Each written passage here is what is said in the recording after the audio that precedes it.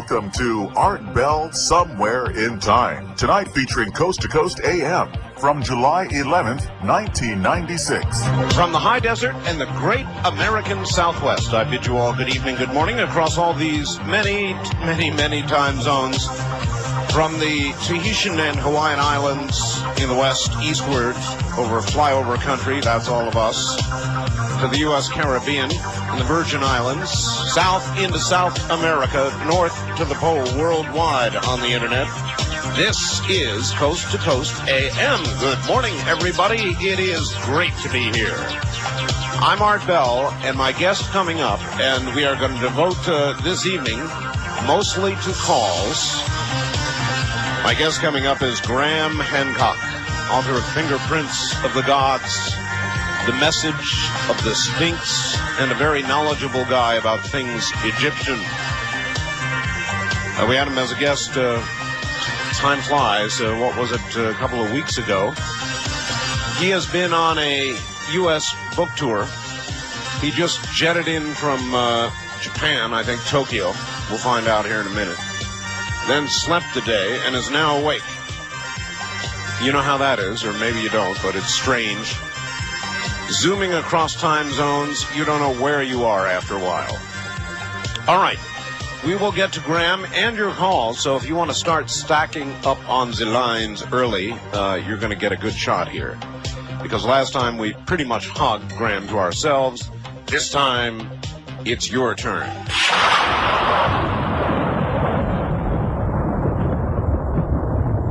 You're listening to Art Bell Somewhere in Time. Tonight featuring Coast to Coast AM from July 11th, 1996.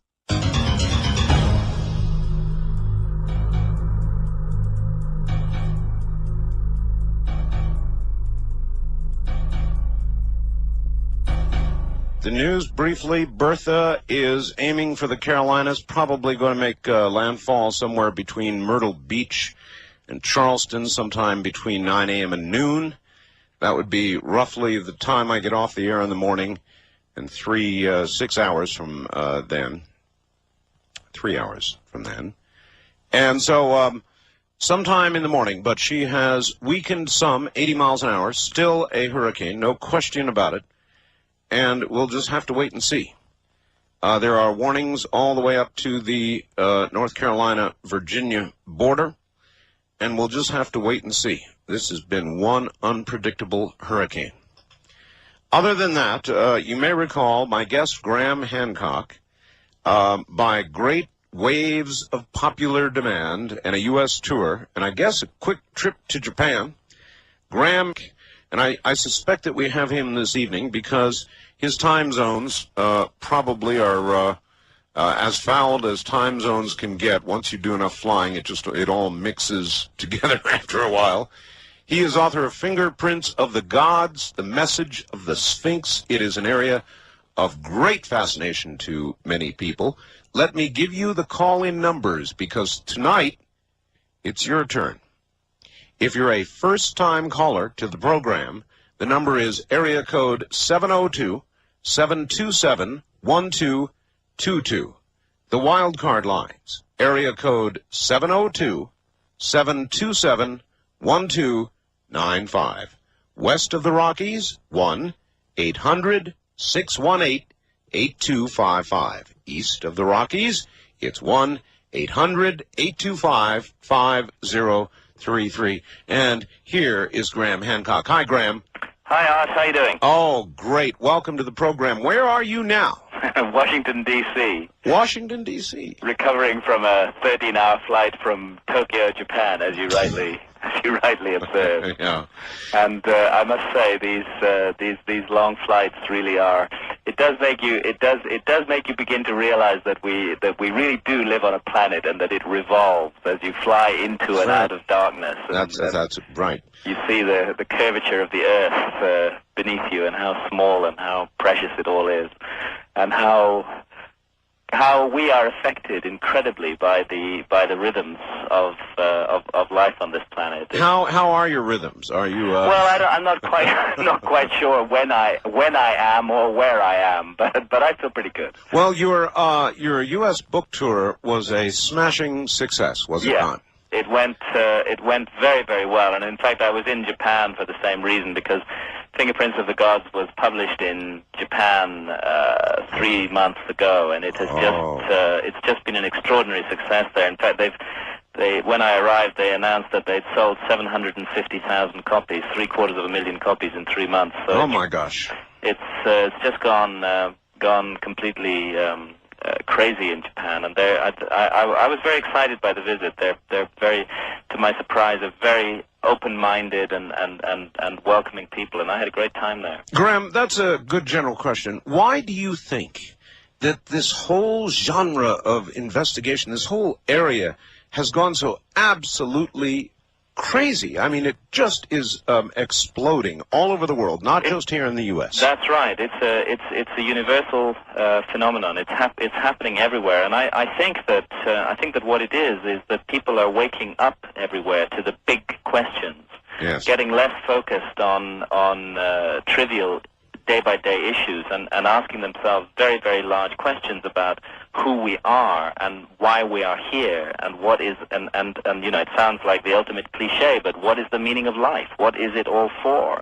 Yes. People are asking themselves these questions all around the world, and what the answer that they're coming to first and foremost is that what we've been spoon-fed for the last century by our governments and by Orthodox religion and by our economists and by social leaders of all kinds is just not satisfactory at all. And people are looking in a much bigger framework these days and asking very large questions and looking for information that it just has not been made generally available. So people are on a quest. They're searching. They're looking. And this is leading. All right. If I ask you that question, Graham, how do you answer? What, you know, that's the biggie. What is the meaning of life? What does Graham Hancock think it is? Well, I'll tell you what I think it is. To the best that I can say, I think it's a mystery. I think life is a spiritual mystery. I didn't think this 10 or 15 years ago. I really did think that we were just a kind of chemical accident, a fairly unfortunate chemical accident at that.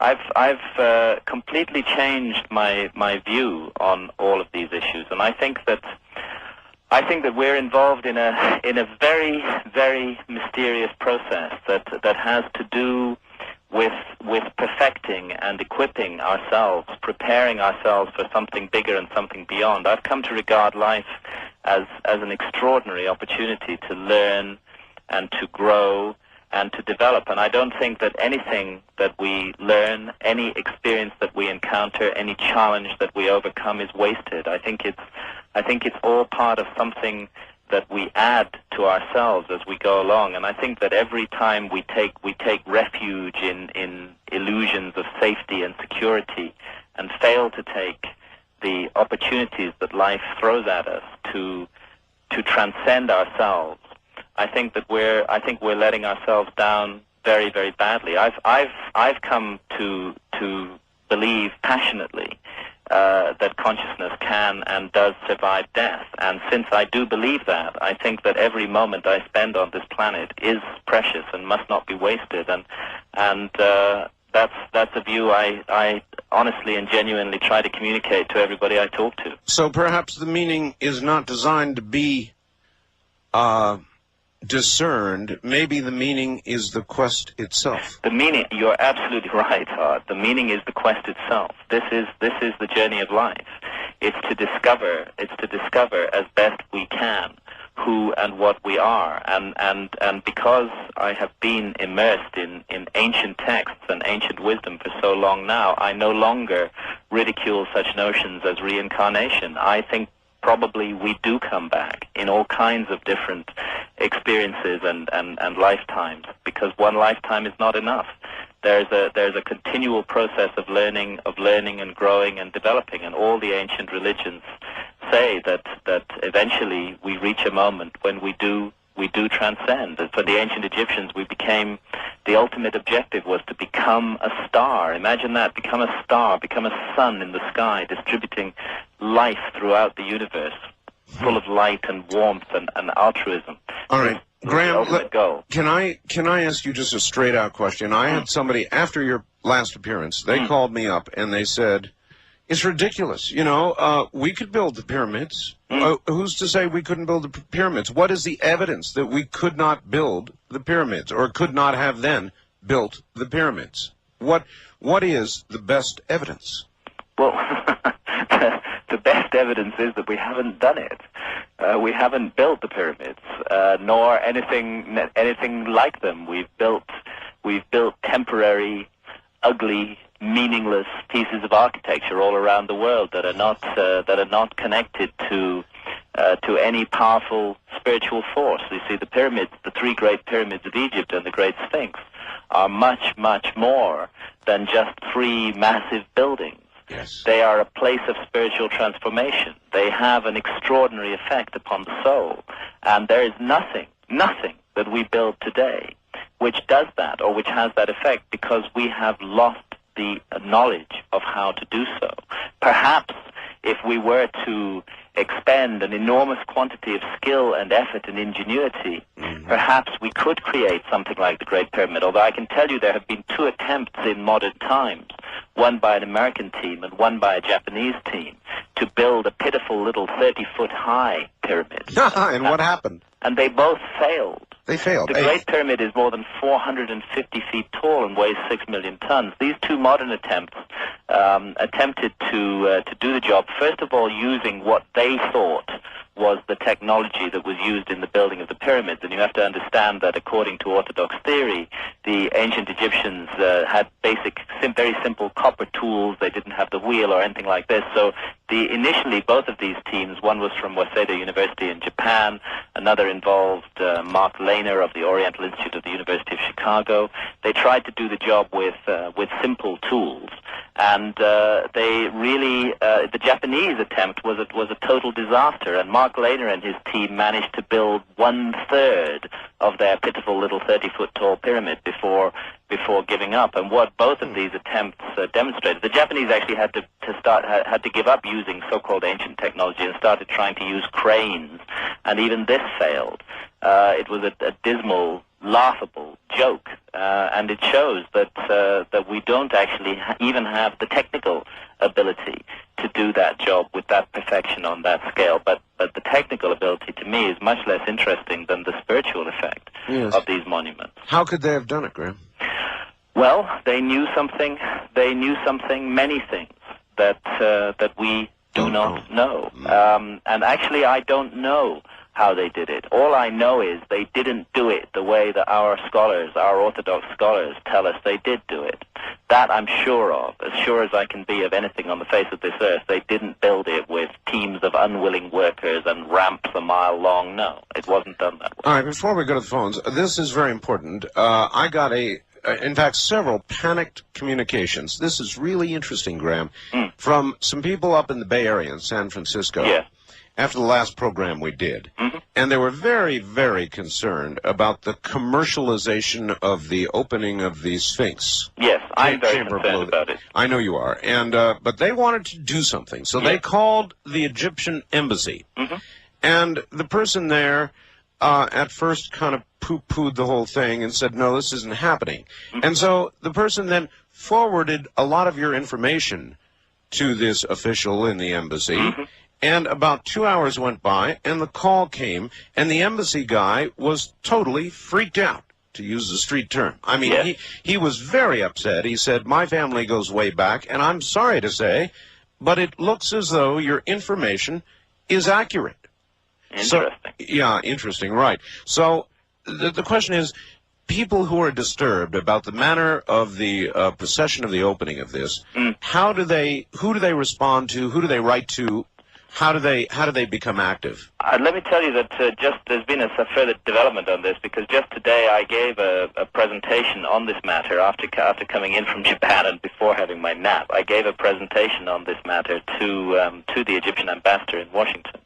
and provided him with full documentation and asked him to look into this, and which he promised to do, because my impression is that the majority of officials in the Egyptian government are not fully in the picture about what is happening. The control over the monuments of Giza has been delegated to a subcommittee within the Egyptian Antiquities Organization, and that subcommittee is deeply and powerfully influenced by a man called Zahi Hawass, who is the official responsible for the pyramids and the Sphinx. And Zahi Hawass is directly, personally involved in the project that is taking place at the Sphinx at the moment, and indeed plays a starring role in the ghastly commercial promotional videotape produced by the team who are working, who have got the license to do the work at the Sphinx. And I'm not sure how much further knowledge of this goes within the Egyptian government, but I think that that the more noise we all make about this, the more likely this horrific project is to be stopped. All right, where do we direct the noise? Well, I think that I believe very strongly in concentration of force, and while it would be good for people, I think that what needs to be done is to get a major newspaper or a major investigative television program in this country to actually go to Giza, to question all the officials involved, to question the Florida State University officials who are involved in this project. 4 geologists from Florida State University are involved in the project. Perhaps To question Joseph Shore, S-C-H-O-R, who is the individual through the Shore Foundation who is largely involved in financing this project, and to get full details on what is happening and to report this. And my knowledge of the American media is not as wide as it should be, but I would say that rather than send letters to lots of different programs or newspapers, it would be worth nominating 1 or 2 and have everybody write to them and say, we're concerned about this matter and we want it investigated. All right, well, it's got to be somebody with the resources. I would say CBS's 60 Minutes might be a good target. Yes. And they have the resources to go there and do as you have suggested. That's right. Graham, what do you think's inside the chamber of the Sphinx? Well, curiously enough, and I can only report this anecdotally without being able to tell you that it is definitely fact. We've had a leak of information from one of the people involved in the team working at the Sphinx. Oh. And that leak of information, and I repeat, I cannot confirm that this is definitely the case, but it is interesting because it's from one of the people who has been working at the Sphinx with this team in the last couple of months, using ground-penetrating radar and seismic equipment. And that leak of information says that they have found 9 underground chambers and that metallic objects have been identified in all of those 9 chambers. No kidding. Mm-hmm. That's the information that I was given. How good do you think that information is? I think it's pretty good. I think that it's the genuine article. 9 underground chambers, and they've located which are according to their remote sensing equipment. These chambers contain metallic objects. Is the equipment sensitive enough to discern the nature at all? I know nothing more beyond what I've told you just now. This was a leak of information. People who are working on this project are supposed to be sworn to secrecy and not to tell anybody anything about it. But this is the leak that we received. Wow, that's some leak. Yes. It is, particularly since if we examine the ancient Egyptian traditions concerning the quote-unquote Hall of Records, concerning the secret, the great secret of the gods that they say is concealed at Giza. It speaks of books, documents, records going back to the time of the gods, and it says that this record chamber is guarded by metal statues of curious or strange abilities. On that note, we're at the bottom of the hour. We're going to come back and take calls. Holy mackerel. Boy, am I glad we had Graham back. That's some leak, isn't it? We'll be back with Graham Hancock, author of Fingerprints of the Gods and more in a moment. This is Premier Networks. That was Art Bell hosting Coast to Coast AM on this Somewhere in Time.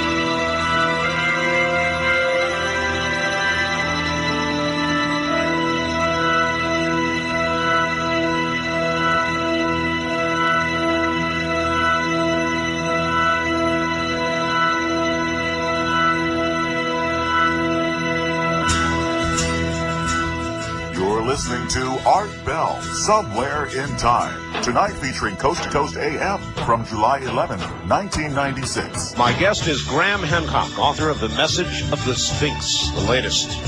Fingerprints of the Gods. New information, leaked information. 9 chambers below the Sphinx. Metallic objects detected. Yikes. By the way, I just got a fax from Stephen in Lemon Grove, California. Hey, Art, about the GE Super Radio. I'm not one to idly support anything. Got one. You'll have to pry it out of my cold, dead hands. We'll get back to Graham Hancock in a moment.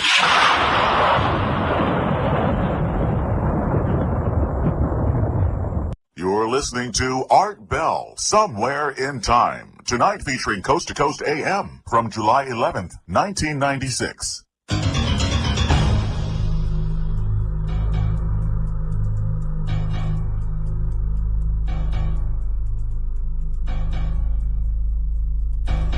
You know, I'm a big fan of cats. Somebody sent this one line to me that has stuck with me all day today that I absolutely love. It simply says, "Hi, Art. Thousands of years ago, Egyptians worshipped cats as gods. Cats have never forgotten this." That's it. Is that true, by the way? Did they worship cats as gods, Graham?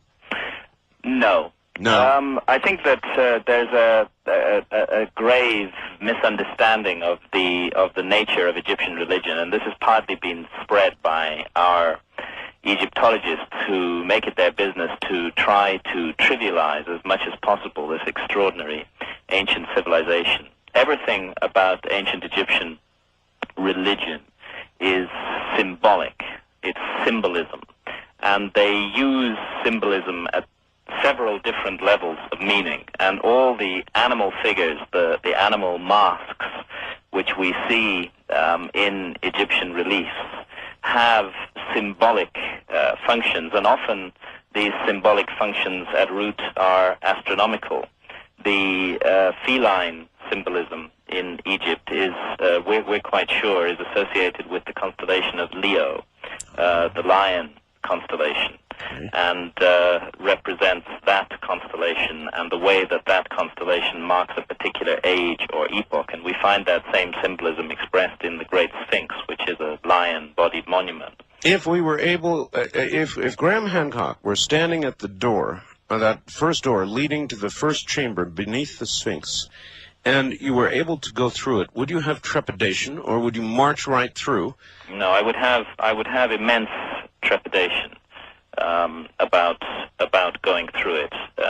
These places are not meant to be marched into. I do think that they were meant to be found, but I think that that what is required is a period of preparation, of careful preparation, and that's one of the reasons, amongst many, why I think that the project currently granted a license by the Egyptian Antiquities Organization at the Sphinx must be stopped forthwith, and the license must be withdrawn, while proper consideration is given to how this matter should be followed up. I do definitely believe that these chambers should be opened.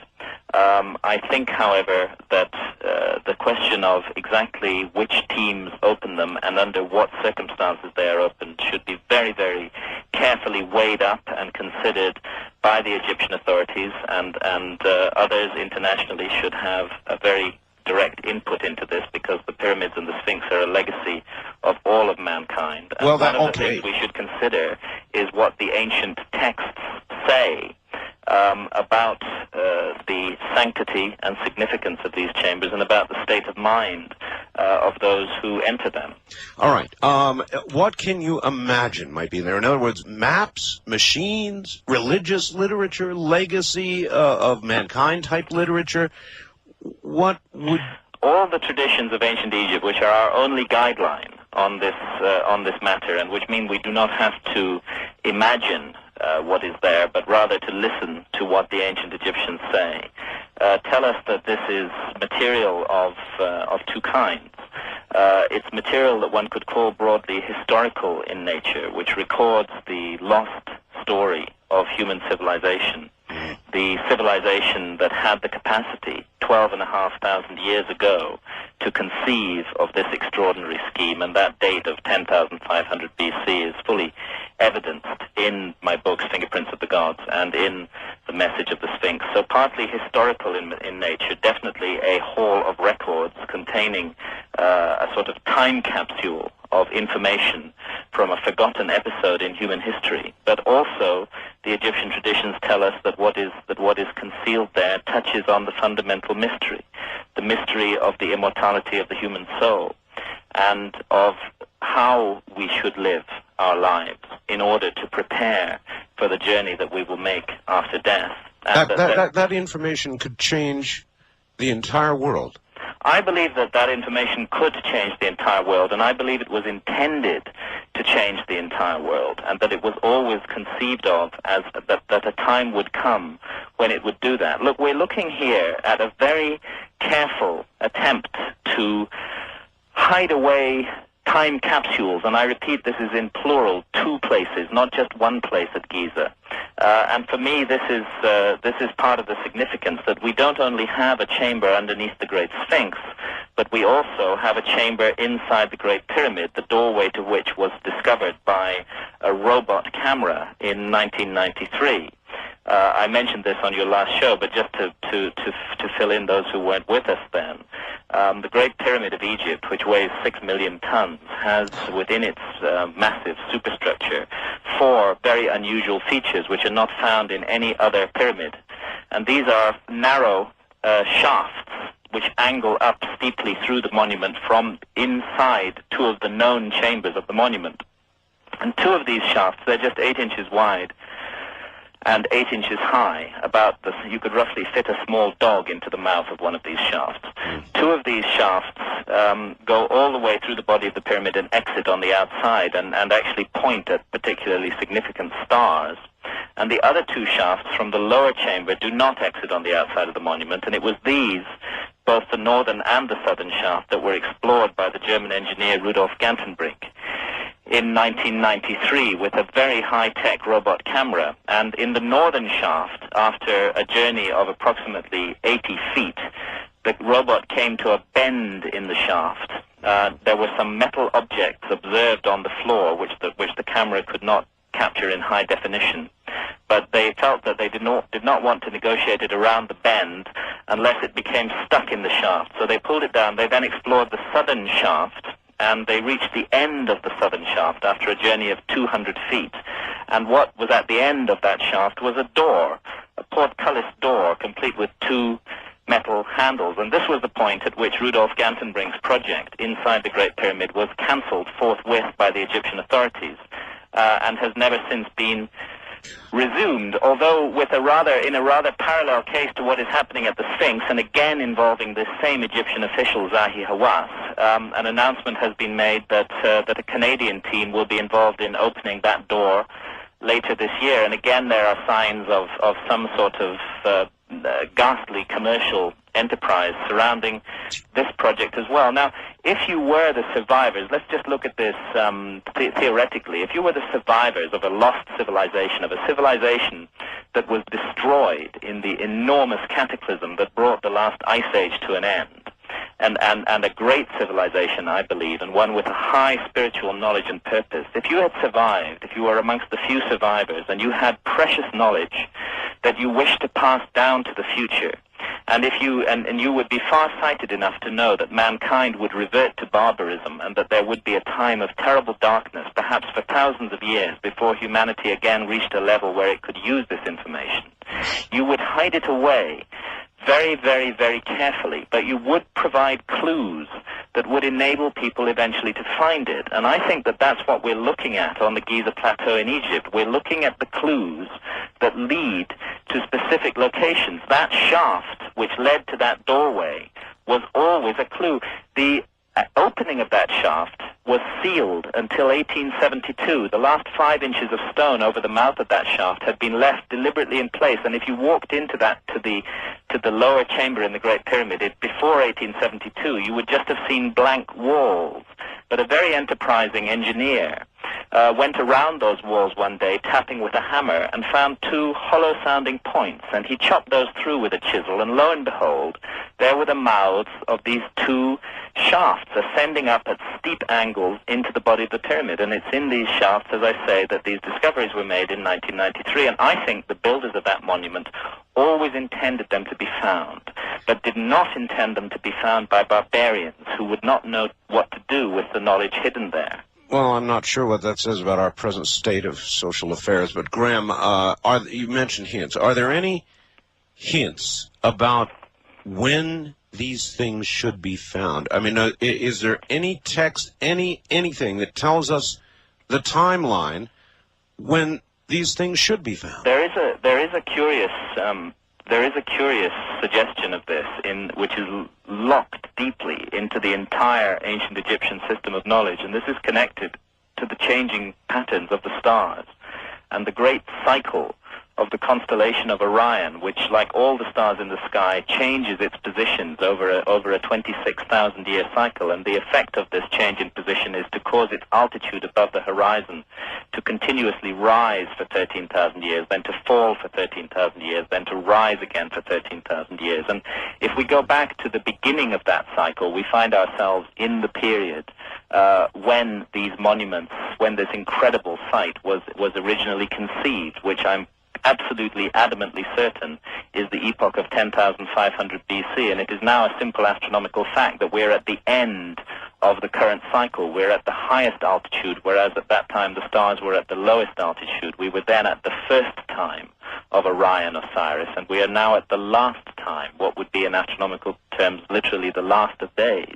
And there is a strong indication in that material that this is the time we live in now. Of course, you're speaking in terms of vast expanses of thousands of years, and you would have to say, give or take 100 or 200 years, but it is our time. This appears to be the time that this was intended to happen. And when I look around the world and see the state and the mess that we are in, it frankly seems to me that this is indeed the time when we desperately need a vision from the past, something that will shake us up and help us to understand that we absolutely must find a new direction in life as a species if we are not to completely blow it, completely waste and destroy the opportunity we've been given. And that's why I'm so concerned about the projects that are taking place at Giza.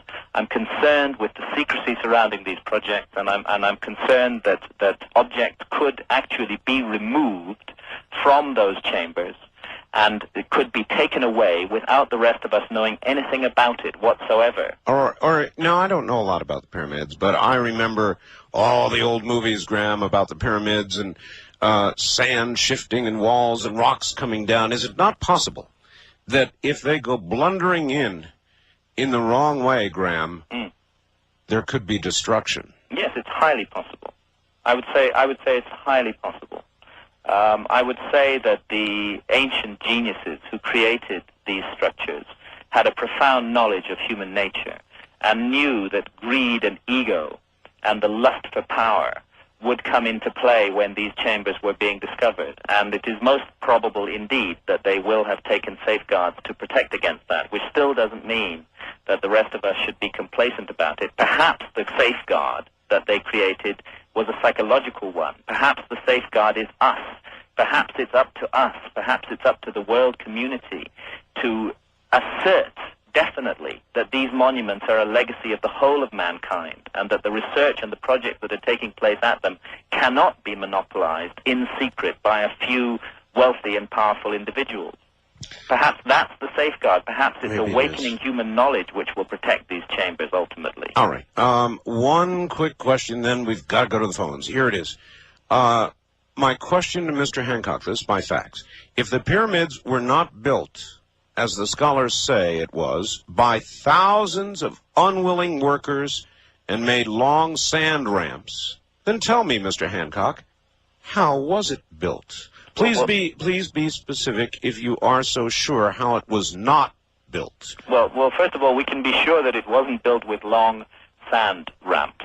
There's simple engineering reasons for this. A team of human labor hauling a 2.5-ton block, and 2.5 tons is the minimum weight of a block in the Great Pyramid, cannot haul that block up an incline steeper than 1 in 10. Any steeper incline than 1 in 10 is impossible. Very detailed engineering studies have been done on this, and Robert Bauval, who is, by the way, a construction engineer, my co-author on The Message of the Sphinx, Robert Bauval and I report this information in The Message of the Sphinx in considerable detail. Now, a 1 in 10 ramp to reach the top of the Great Pyramid would have to be a mile long. If it were made of sand, or mud or earth of any kind, it would collapse entirely under its own weight. The blocks being hauled up that ramp would cause the ramp itself to collapse. This is simple physics. The ramp would not support the weight of the blocks. Therefore, the only kind of ramp you could build which would be sufficiently stable to haul very heavy blocks, and I stress the minimum weight is 2.5 tons. There are blocks of 70 tons in the Great Pyramid. The ramp itself would have to be made of material as stable as the pyramids themselves. In other words, the ramps would have to be made of 2.5-ton blocks of stone as well. And a 1 mile long ramp reaching a height of 450 feet would occupy many, many times more area, of course, and more weight, and millions of times more material than the Great Pyramid itself. That material is nowhere to be seen around the Giza necropolis. That material that would have had to have been used to make those ramps has never been found. Then, Graham, can you conceive of how it was done? Or is the answer that that is part of the mystery? For me, that is part of the mystery, but I think it's clear that we are looking at a lost technology or a lost form of human knowledge. I pay attention to the many ancient Egyptian traditions that speak of priests using a kind of focused energy of the mind that they called hekau, which we primitively translate as magic, using focused energy of the mind to lift blocks of stone off the ground without effort, literally a levitation of the blocks of stone. I don't want to sound like some crazy, but we are so rooted and grounded in our materialistic conception of how things can be done. Our society has conditioned us like slaves ourselves to think that difficult tasks can only be accomplished by technology, and we fail to realize that we may not be using untapped capacities of the human mind. We may have the capacity as a species to do the most wonderful and extraordinary things, to achieve almost anything we can imagine, but we've got so fixed and locked into the technological way of thinking that we always look for a technological explanation. And that's why, since we know that there is no evidence, there's no surviving evidence of a high technology from the period of 2500 BC, we therefore go along with the Egyptologists when they come up with these ludicrous theories about slaves and ramps. Then, Graham, isn't it possible that once this is opened and it is realized that mankind has been, in effect, going entirely in the wrong direction, in the technological direction, when there was all the while another direction we should have or could have been going in, it will explode everything? Yes, that's why this material is in fact so subversive, and why there is such hostility and opposition to it by established authorities, because this material questions the entire foundations of modern society, and it questions the entire ethic and philosophy of modern society, which has sought the whole ethic of our society seeks to persuade us that we are nothing more than material beings, and that we must define ourselves entirely in material terms and in technological terms, and in terms of the objects that we possess. And so insidious and dark and ugly is this philosophy of modern society that we even come to regard other human beings as objects, and we're prepared to visit mass destruction on them without the blink of an eye. People use the bodies of other human beings as though they are objects to be traded. There was a case in England recently of 2 men who murdered a small child. They used his body and then murdered him and disposed of the body without a second thought, without a qualm, without a conscience. Monsters like that are the creation of our society. It's happening all over the world, Graham. Yes, it's happening all over the world, and thank God something else is happening all over the world as well, which is that people are waking up to the other side of our character, to the possibility that we are capable of transcending ourselves, that we have something wonderful within us, something divine as well as something dark, and that we can reach that. But if we stay locked in the mindset of the late 20th century, locked in the mindset of technology and objects, and fail to realize our spiritual potential, then it's going to be a terrible loss. So I think we're at a crucial, critical turning point in the life of mankind. Is it possible, Graham, very quickly, because we're coming to the top of the hour, we never did get calls, is it possible that we will miss it, that Orion will come and go, and mankind will not get to this information, and or worse yet, lose it? Yes, I think it's entirely possible that we will miss it. I think it's entirely possible that we will miss this window of opportunity that exists at the moment. I promise. It's very possible, but I also think it's possible that we can seize the opportunity. All right, I promise we go to the phones. Relax, Graham. We'll be back to you. That hour just went. Graham Hancock is my guest. The trip back in time continues with Art Bell hosting Coast to Coast AM. More Somewhere in Time coming up.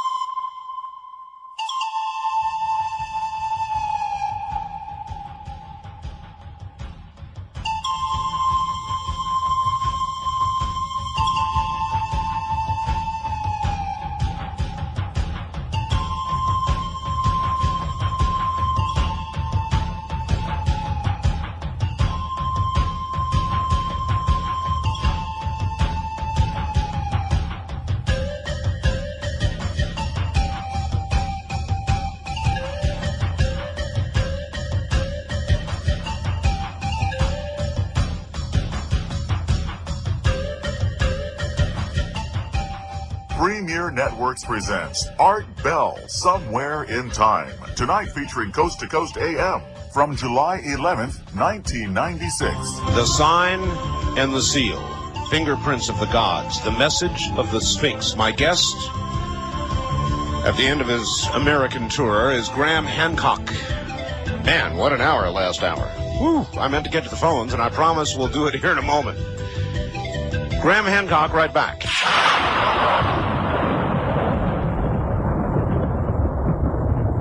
You're listening to Art Bell, Somewhere in Time. Tonight featuring Coast to Coast AM from July 11th, 1996.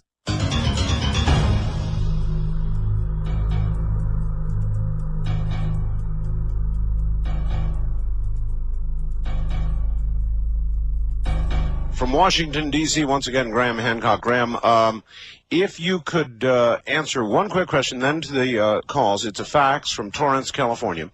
Would you please ask Graham about a tool that Moses used to write the Ten Commandments? In his book, The Sign and Seal, he says that Moses went into the clouds on Mount Ararat. When he returned after using this tool, he had to cover his face. Was this some sort of powered tool? How was it powered? Was it a laser? What could it have been? Yes, thank you for that for that question. It was while I was writing The Sign and the Seal, which is my quest for the Lost Ark of the Covenant, that I first started to bump into these strange echoes of a kind of lost system of knowledge from long, long ago. Strange descriptions of objects and artifacts that seemed out of place in time and didn't fit with the orthodox view of history at that time. And actually, I think that the person who sent the fax is getting a couple of points that I made in The Sign and the Seal mixed up. There is a strange tool, I guess would be the word for it, that I refer to in The Sign and the Seal, which was known as the shamir, the stone that cuts rocks, or in some translations, the worm that cuts rocks. And this strange device was said to have cut through the hardest of rock without creating any friction or heat, that it was to have been soundless in operation, and to have had such a nature that it had to be kept in a lead container. That any other form of container would become dangerous because of it.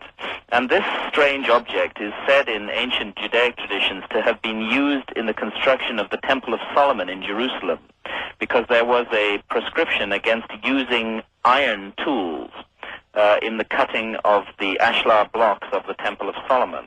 And therefore it is said in many ancient Judaic traditions that the shamir was used instead, some kind of device that we don't understand, which was capable of cutting the hardest rocks. They said that it could engrave tiny letters onto jewels.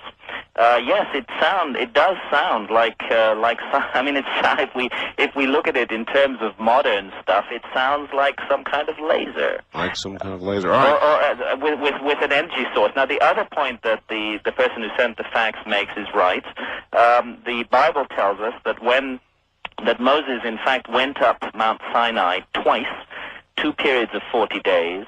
At the end of the first 40-day period, he came down supposedly with the 10 Commandments written on 2 tablets of stone by the finger of God, and he found the Israelites worshipping the golden calf, and the Bible says that he destroyed the 2 tablets of stone at that time. He then returned back up the Mount Sinai, spent another 40-day period there, and came down with 2 more tablets of stone. And this time, when he came down, his face is reported to have glowed so horribly that all his followers were terrified, and that ever afterwards, until the end of his days, he had to wear a veil over his face. It sounds like he was burnt.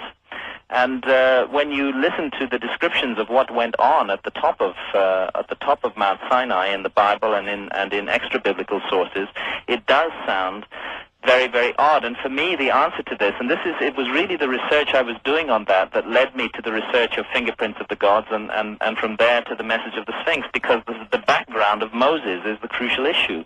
Moses grew up in the household of a pharaoh of Egypt. In fact, he was groomed as a potential pharaoh, and this means that he would have been initiated into all the high wisdom and knowledge of ancient Egypt.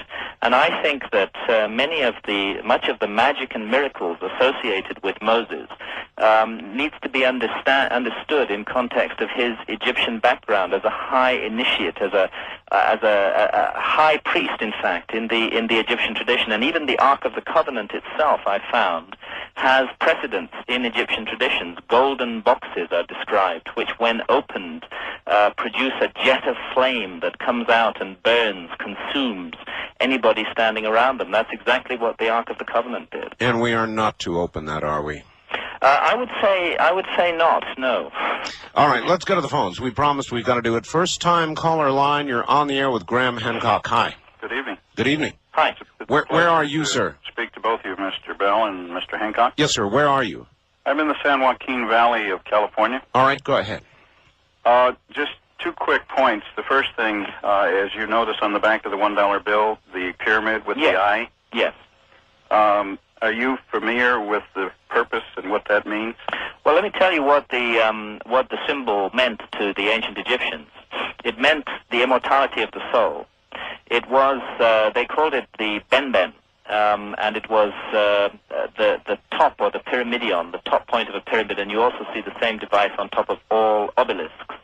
And it was associated with immortality. It was a symbol of immortality, and it was the primary symbol of ancient Egypt. I think, and I really think that the evidence for this is very strong, and indeed Robert Boval and I plan a second book and are working on the initial research of that at the moment, which will go into this, that the ancient Egyptian wisdom tradition, which was a tradition aimed at the spiritualization of mankind, did go underground after the destruction, the final destruction of Egyptian civilization under I agree with that. Under the jackboot of the Roman Empire, that this wisdom tradition went underground, and that it has found many ways to filter through into the modern world and to express its symbolism in the modern world. And there could be no more effective way of subtly impressing that symbolism on millions and millions of people than on placing it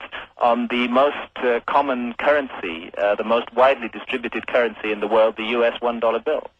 Also, I wanted to quickly mention that as a scientist, many of my friends, I believe you know Dr. Patrick Flanagan, is that correct? The name rings a bell, but you better remind me. Okay, I'm holding a book in my hand that was published in 1974 called Pyramid Power by Dr. Patrick Flanagan. It's autographed. I've come across the book, yes. It's autographed to me, and in the book it covers subjects about magnetic fields around the body. Yes. How it affects the body. Yes. He spent many days in the pyramids. Matter of fact, he slept in the pyramid. He recorded some of the dreams that he had, incredible dreams. Yes, I can believe it. Are you familiar with the sacred cut that he speaks of, the golden section? Yeah, yes, indeed. And the golden section is expressed in the mathematics of the so-called King's Chamber, which we believe was a chamber of initiation. It was used in the, again, we go into this in detail in the message of the Sphinx, but we believe that the Great Pyramid of Egypt was the culminating point of an extraordinary initiation ceremony aimed at heightening the consciousness of the initiate to an almost unimaginable level, and that the frequent out-of-body experiences which modern people who have spent the night in the King's Chamber of the Great Pyramid report are connected to this ancient ceremony, that the initiatory function of these monuments is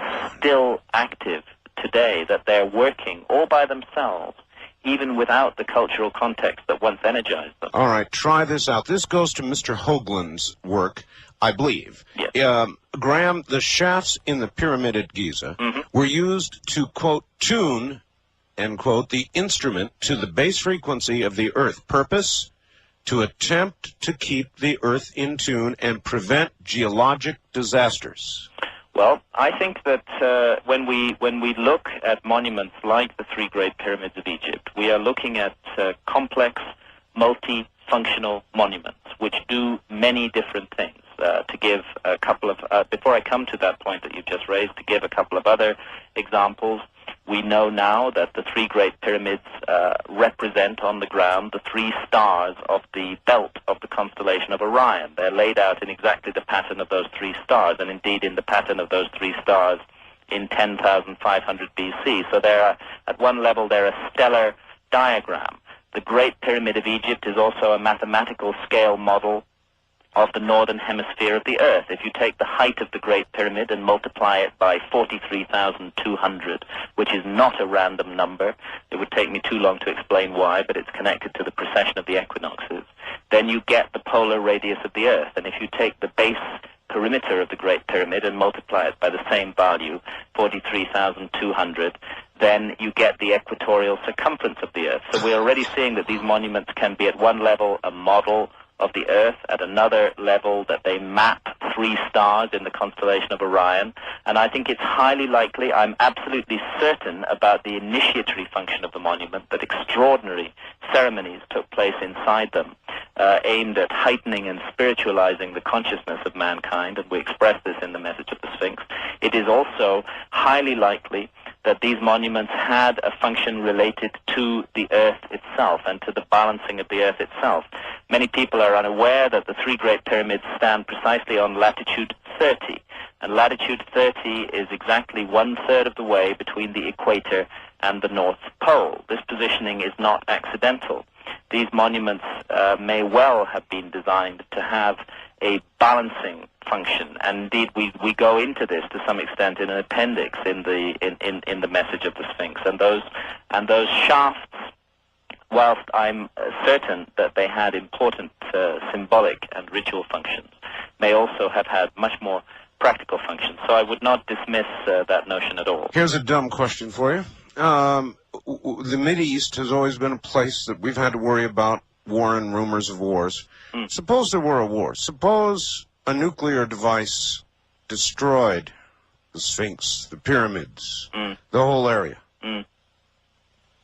I think that one of the very few things that perhaps could destroy the Great Pyramid would be a direct hit with a nuclear bomb. That's right.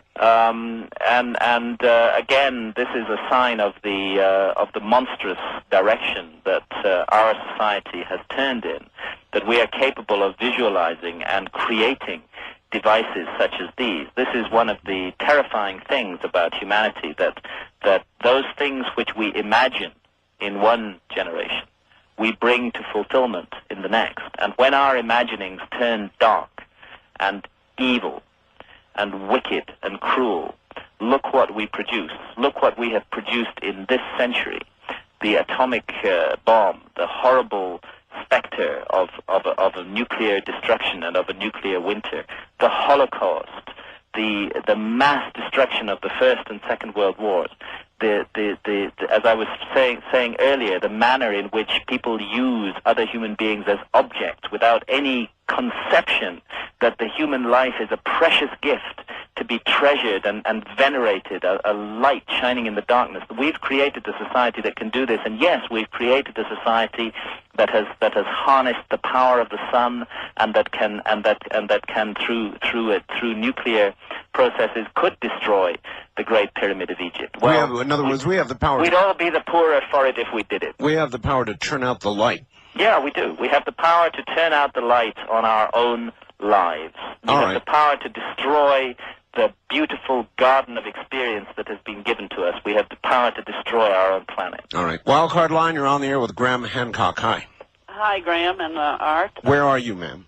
I have a strange story to tell you. All right, tell us first where you are. I'm in Las Vegas. Las Vegas, all right.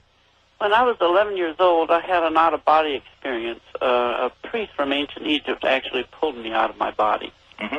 And I learned that I was the reincarnation of Khufu's daughter. Mm-hmm. Later on, I joined the Illuminati, and I went to Egypt, and I was initiated in the pyramid. Mm-hmm. When I went to Cairo. When I came out of one of the mosques there, we were touring, a young boy came up to me, and he said, "I know you." Mm-hmm. And thinking he might be a relative of someone I knew in the States, I said, "Oh, you do?" And he said, "Yes. You're Pharaoh's daughter. Your pictures are in all the tombs." How do you react when you hear this kind of thing, Graham? Well, I react with a great sense of openness of mind, because I think that I believe in reincarnation. I think we're talking in the area of belief here. Let's be very clear about this. Yes. When a scientist, and I mentioned this the last time that we were talking on your show, when a scientist asserts and insists that there is no life after death and no such thing as reincarnation, that scientist is also making a statement of belief, not of fact, because he doesn't know. He's making a statement of his particular religious belief, and I find it a very unnourishing and unfulfilling religious belief indeed. Such scientists believe in nothing whatsoever apart from the material body. So we're in the area of belief here, and my belief, contrary to the so-called rational view of modern science, is that life is an extremely mysterious process, and that we are here to learn and to grow, that it's a precious opportunity, and I think we do come back. I think we do live many lifetimes. Can't prove it. It's just my belief. And it's a belief that has been strengthened by a deep immersion in the study of ancient texts and traditions. Now, if it's the case that we come back, then this experience that has just been reported to us may well be a valid one. And I can tell you that many people around the world today have a sense of an awakening memory. There is a sense that the pyramids of Egypt are operating like a beacon, drawing people towards them. And imagine this. Imagine if you were the survivors, as I spoke before, of a lost civilization with a high wisdom and knowledge, a knowledge that we do not have today, and you believed in reincarnation, and not just believed, you knew that it happened, and you knew that you would be reborn 12,000 or more years in the future, and that you knew that part of the deal with reincarnation is that you do not remember past lives, that at the most you get these faint, haunting recollections, but you do not clearly remember. Yeah. Perhaps you would create an alarm clock for yourself. Perhaps you would create a beacon that would draw you towards it, and an alarm clock, a symbolic alarm clock that would awaken those repressed memories of past lives. And therefore, I don't think it's necessarily to be scoffed at or entirely an accident that the Great Pyramids of Egypt have this effect on so many people, that they awaken their memories to past lives, and perhaps a whole generation is coming back and being awoken. That's a fascinating concept, that they are in effect an alarm clock. Yes, an alarm clock for the planet, to wake up a generation that passed away more than 12,000 years ago and that has come back. Everything about the ancient Egyptian texts speaks of the recreation of a former world. So that we might remember we were here. East of the Rockies, you're on the air with Graham Hancock. Hi. Yes, hello, gentlemen. This is Steve from South Dakota. Yes, sir. Hi. Very sobering and, wonderful show, Art. Thank you. And it's a great privilege to speak to you, Mr. Hancock. Thank you. If there were more humans on this earth who had the sensitivity to our world like Mr. Hancock, I really believe that we'd have a better world. I have two questions. Number one, I just purchased a tape recently called The Mystery of the Sphinx. It was an NBC special hosted by Charles Manson.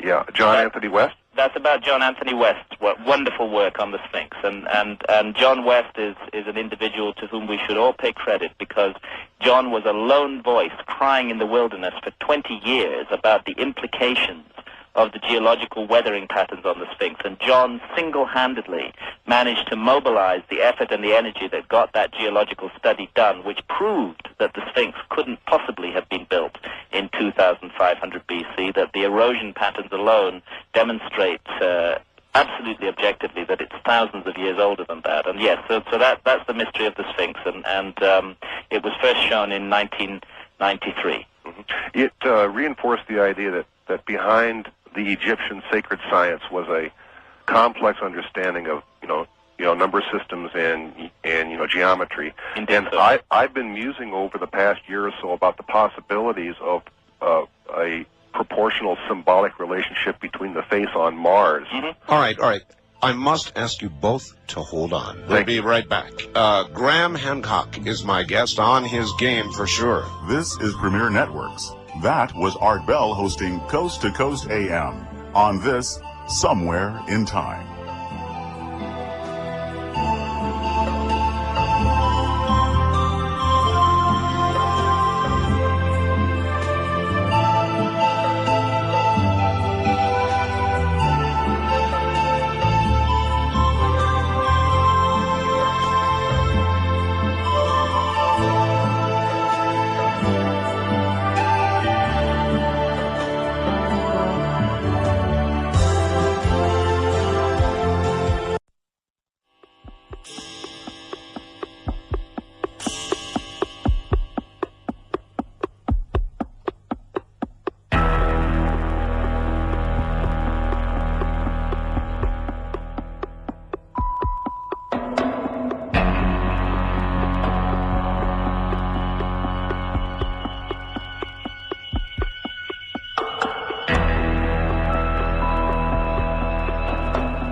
Now, we take you back to the past on Art Bell Somewhere in Time. My guest is Graham Hancock. If you want to get a piece of Mr. Hancock's intellect, those are the numbers. And we will be paying increasing attention phones here. I promise.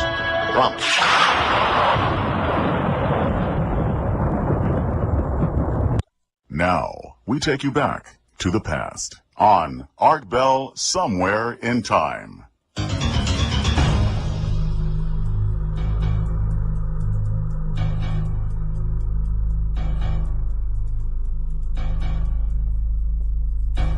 Back now to my guest, Graham Hancock, and our caller. Caller, you're back on the air again. I think you are. No, wait a minute. As soon as I press the button, you are. Let me try this. Now I think you're back on the air again. Yes, sir. Thank you.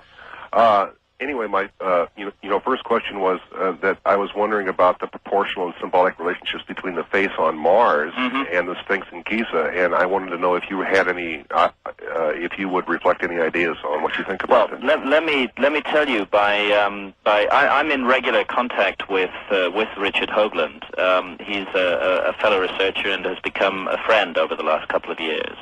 And I'm a great admirer of Richard's work. I think that Richard Hoagland has done incredibly important and courageous work against an enormous amount of opposition in drawing attention to these extraordinary anomalies on the surface of Mars, and to certain anomalies on the Moon, and to anomalies concerning our exploration of those worlds. And by FedEx this morning, I received an amazing package of material from Richard Hoagland concerning star alignments over the key landing sites on the Moon, and at the time of the orbital mission to Mars. I think it would be. I can highly recommend. I'm not going to reveal what these computer printouts show me, because this is Richard Hoagland's work and it's his research, and I think that Richard himself should talk about this. But what I can tell you is that it suggests a stunning series of links. Not only in terms of the physical appearance of the monuments, but also in terms of astronomical alignments, and in terms of the very secretive exploration of these worlds by our organizations here in the United States, by our scientists. A stunning series of alignments and connections have been shown to me in these computer printouts that Richard Hoagland has prepared. I am more and more convinced that there is something very, very peculiar going on, and that there is indeed a terrestrial connection, as Richard puts it, with these anomalous structures on Mars. The material that I'm looking at is quite stunning, and I hope that that you'll have Richard on to talk about this at some point. Of course, he wanted me to have you on, almost demanded it, and it's well that I did. And I should tell you, since I had you on last, I had Professor Stanley McDaniel on, and the professor revealed new studies which are showing that in some cases the odds of the structures on Mars being anything but, in other words, being some sort of normal formation, the odds against that are literally now millions. Yes. Millions. Well, I would agree with him. And looking at the star maps that are presently in front of me concerning the locations of those structures and concerning the landing sites for the Moon missions as well, I think that we're looking at something quite extraordinary here, and I think it's very, very urgent that this work be taken further. Everything suggests to me that there is a connection between the structures on Mars and the structures at Giza in Egypt, and that this connection is deep and mysterious, and that there are people today in America, the powers that be, who have financed the space exploration and who have kept large aspects of this secret from the public, who are aware of this. West of the Rockies, you're on the air with Graham Hancock. Hi. Hello, this is Ken in Cerritos, California. Yes, sir. Oh, wonderful to get through. Hi. I'd like to compliment Graham on the wonderful way he puts his books together. They're very well read and easy to read. Thank you. It. I had a multiple question on the shafts in the Great Pyramid. Yes. A couple of things bothered me. I was wondering why the shafts were aligned on different stars when the shafts conclude at their bases and angle off. Thereby, you can't see up the shafts. And I was wondering if these shafts were continued on their normal course, would they possibly align on any chambers that we are unaware of in the Great Pyramid? And I had one more question. All right, well, hold that one. Let's tackle that one. It is interesting. Let's tackle that one first. The shafts were never intended as sighting instruments on stars. The two shafts from the upper chamber, which cut all the way through the body of the monument and exit on the outside of the monument, the southern shaft of the upper chamber, targeted the lowest of the three stars of Orion's belt in 2500 BC. but it was never intended as a sighting instrument by which that star could be seen. As a matter of fact, the shaft first goes in horizontally for about 8 feet before rising at the 45-degree angle that targets it like the barrel of a gun on that star. So what is intended here is a symbolic connection with the star, not any kind of sighting instrument. And secondly, in terms of hidden chambers, the most inviting shafts are the northern and southern shafts of the lower chamber, which Egyptologists on no good basis like to call the Queen's Chamber. Right. The northern and southern shafts of that chamber, neither of them exit on the outside of the monument. The northern shaft was partially explored in 1993 until the robot came to a curve in the shaft around which it could not be negotiated. Doesn't mean it can't be explored, but it requires further work on modifying the robot to take it round the corner. Might there be a possibility that the shafts might be pointing to something downward rather than just upward? Yeah, I think you're raising a very good point. My impression of all of these features of the Great Pyramid is that they were deliberately designed to stimulate inquiry and to raise questions of exactly the kind that you're asking. And the unfortunate fact is that it's only really in the last 4 or 5 years that people have started to look seriously into these implications. And I want to pay credit here to the vitally important work of my co-author, Robert Bauval, who is the discoverer of the Orion correlation, of the correlation between the 3 belt stars of the constellation of Orion and the 3 Great Pyramids. And it is also Robert who calculated the alignment of the southern shaft of the lower chamber with the star Sirius, which was considered to be the celestial counterpart of the goddess Isis. Now, it's this southern shaft that terminates, as I mentioned about half an hour ago, in a mysterious door complete with 2 metal handles at a depth of 200 feet inside the 6-million-ton body of the monument, and every indication of a chamber lying beyond that door. It may well be that there are many, many chambers within this monument, not just 1 or 2, but dozens, possibly even hundreds. There's plenty of room for them, and you could well be right in suggesting that the angles and pointings of the shaft suggest places to look. Graham, what does one experience when one stands within the pyramid? Well, for me, it's above all else a profound sense of mystery and of the sacred and of an invitation. And the invitation says, know me, work me out, work out what I am. Don't just stand there awed, but figure me out. This is what the pyramid says more than anything else. It invites me to use my mind and to try and work out what it is. And this is why I feel Egyptologists have done us such a horrible disfavor over the last 150 years by telling us that they have all the answers and that we need not think about this monument. It was meant to make us think, and through thinking, through stimulating the intellect, it was meant to heighten the immaterial, the spiritual part of ourselves. All right. First-time caller line. You're on the air with Graham Hancock. Hi. Hello, Art Bell. Hello. Where are you? I am in Topanga, California. All right. I've had a very strange experience with Fingerprints of the Gods. Hello, Graham Hancock. Hi. Hello. Nice to hear you. Thanks. My cousin attempted to get Fingerprints of the Gods for me at Christmas time. She lives in Louisiana. She went into the bookstore and ordered it. She waited 4 months. At the end of the 4 months, the manager looked her in the eye and said, "This book is banned in the United States. You have to go to Canada to get it." Good God. Yes. I thought you'd want to know that. Good God. We went out the next day and bought it and disproved them. Yes. Do you know whether or not that book is banned by the Catholic Church? Because I know the Catholic Church is very strong in Louisiana.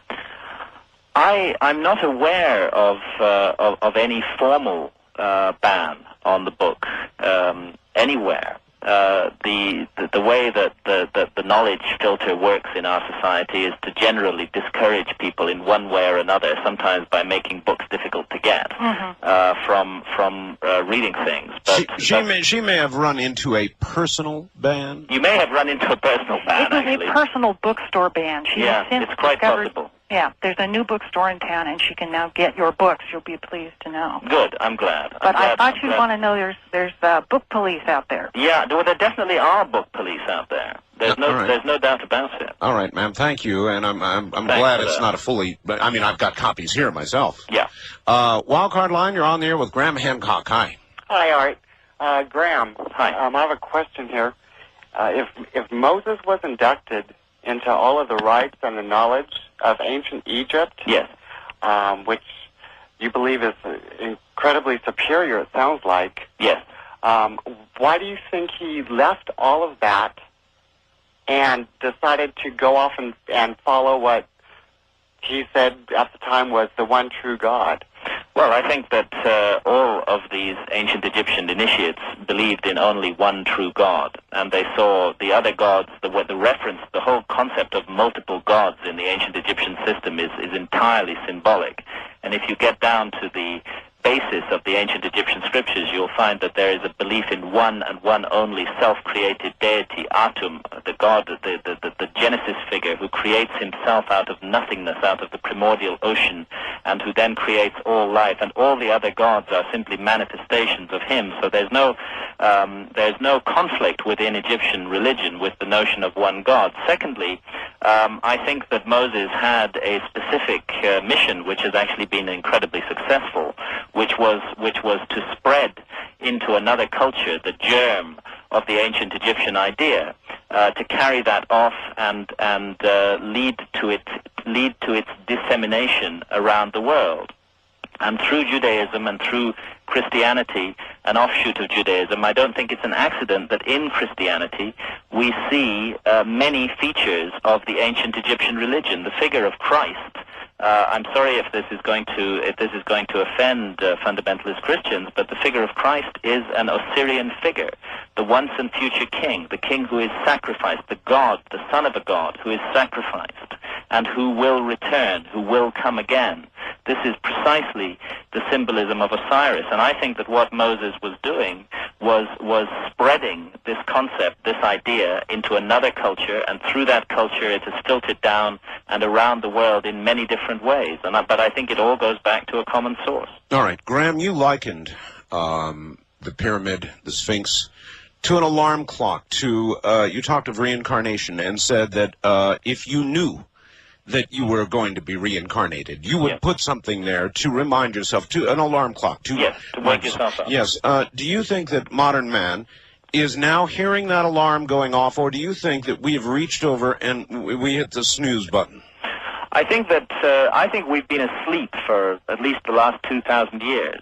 But I do think that modern man, large numbers of people around the world, are hearing that alarm clock. And that's why I feel that we are poised at a crossroads in the story of mankind, and that if we survive this period, then future generations will look back on our time, the time we're living through now, as a time of enormous creativity and a time of renaissance, of rebirth of the human soul. I think that there is an incredible awakening taking place all around the world. The only thing that I would urge people to realize who sense this awakening in themselves is to know that they must do the work. Do not expect initiation, enlightenment to be handed to you on the plate in some sort of second-rate New Age text. It is necessary to immerse yourself deeply in ancient traditions. People must be prepared to do the work. When they sense this awakening within themselves, they must also be prepared to work their minds and not expect to receive it handed to them. Graham, many modern prophets, and I never know what to think of them, but I interview many of them, predict the possibility of catastrophic events. Many of them will say these don't have to happen. Others have said it is sealed. It's going to happen. Well, I don't think it's sealed, but I think it's possible. I went into the whole issue of cataclysms in depth in my book Fingerprints of the Gods, and I reported many of the ancient traditions, including those of the Maya, which speak of the coming of a terrible cataclysm. But what all of these ancient traditions, every single ancient tradition in the world that speaks of a former cataclysm and of the destruction of a great antediluvian civilization, all these traditions indicate that we ourselves, mankind ourselves, played a role in bringing that cataclysm down on our heads. Yes. And the suggestion is very strongly the case that if a future cataclysm will come, we ourselves will be instrumental in bringing it about, and therefore the possibility remains that we can change and transform our destiny, and that we need not confront a cataclysm. All right. East of the Rockies, you're on the air with Graham Hancock. Good morning. Yes, I'm glad I got through. I'm Kay from Janesville, Wisconsin. Glad to have you. Thanks. I have a couple of questions. Well, actually, one. All right. It's kind of a two-parter, but it's all related. You mentioned earlier that you were afraid of the individuals that were going to be getting involved in this next, I don't know if you want to call it excavation or digging or whatever. Yes, the expedition that is taking place at the Sphinx at the moment, and the plans for a similar expedition to be mounted inside the Great Pyramid for the opening of the door inside that pyramid. Yes, I'm concerned about the conditions that surround these projects, about the secrecy, about the hints of heavyweight commercialization, and about the possibility of a hidden agenda, and I'm concerned that objects and artifacts of enormous significance to mankind under these circumstances could be removed from those chambers, and that other artifacts could be replaced within them, and that we may never get to the truth as a result of this. Have you ever read the book, The Celestine Prophecies? Yes, I have read the Celestine Prophecies. Okay, are you kind of thinking of something on that order, where the government or whoever the powers that may be would be interested in hiding or spiriting away, so to speak, any information that might be enlightening to people, that might be a threat to... I think there are definitely people who have an interest in hiding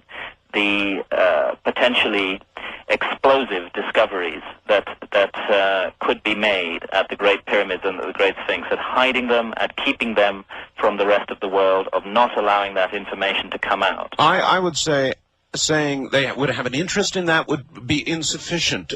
They would have to do it. They would be compelled to do it. There would be no choice. Yes. Yeah. It would bring everything around their heads down. Yes, absolutely. There's a huge vested interest in the current system, and discoveries of this nature would change everything. And indeed, there are many who would wish such discoveries never to be made. And that's why I'm concerned, I repeat, about the secretiveness surrounding the project, because it makes it possible for discoveries to be made, and for those important discoveries to be hidden away again and never made public, and for more sanitized and politically correct objects to be placed in the chambers instead. Respond to this simple question before we get to the top of the hour. If the Egyptians, Graham, knew so much, why did their civilization fail? Why were they conquered by lesser nations? Well, this is the question: were they ever really conquered? Again and again, Egypt was invaded. If you go back through Egyptian history, the first thing to note about Egypt is that this was not a militaristic society. They were capable of defending themselves when they had to, but fundamentally this was a society that was opposed to military adventures, and which concentrated on cultivating the spiritual essence of man. And that's why when the Greek historian Herodotus visited Egypt in the 5th century BC, towards the end of the story of Egyptian civilization, he was still able to describe it as the happiest, the most serene, and the most beautiful civilization that he had ever encountered. These were not people who liked to go around killing other people. Now, Egypt, during its long history, was invaded on a number of occasions. The earliest major invasion was by a people known as the Hyksos, who occupied Egypt for several hundred years. And during this period of the Hyksos occupation, it appeared that Egyptian civilization had entirely submerged and vanished. All right, Graham. And yet it hadn't. It resurfaced in full flower when the Hyksos were driven out. All right, Graham, we've got to hold it there. Hold it, Graham. We're at the top of the hour. We got to go. Relax. We'll be right back to you. Graham Hancock is my guest. We'll be right back. The trip back in time continues with Art Bell hosting Coast to Coast AM. More Somewhere in Time coming up.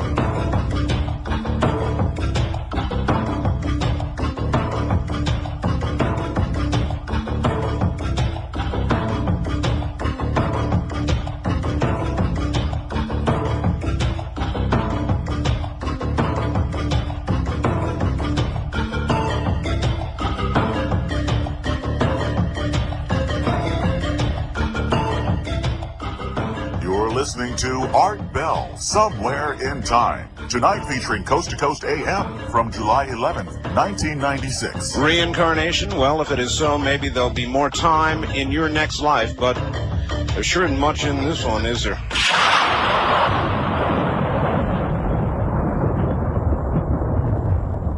You're listening to Art Bell, Somewhere in Time. Tonight featuring Coast to Coast AM from July 11th, 1996.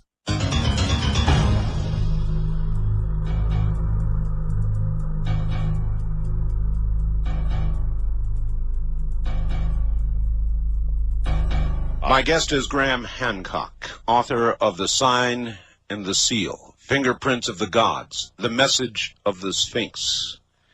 And here he is once again. Graham, we have some stations that join at this hour, and you really laid one on us in the first half hour, and I want you to repeat that.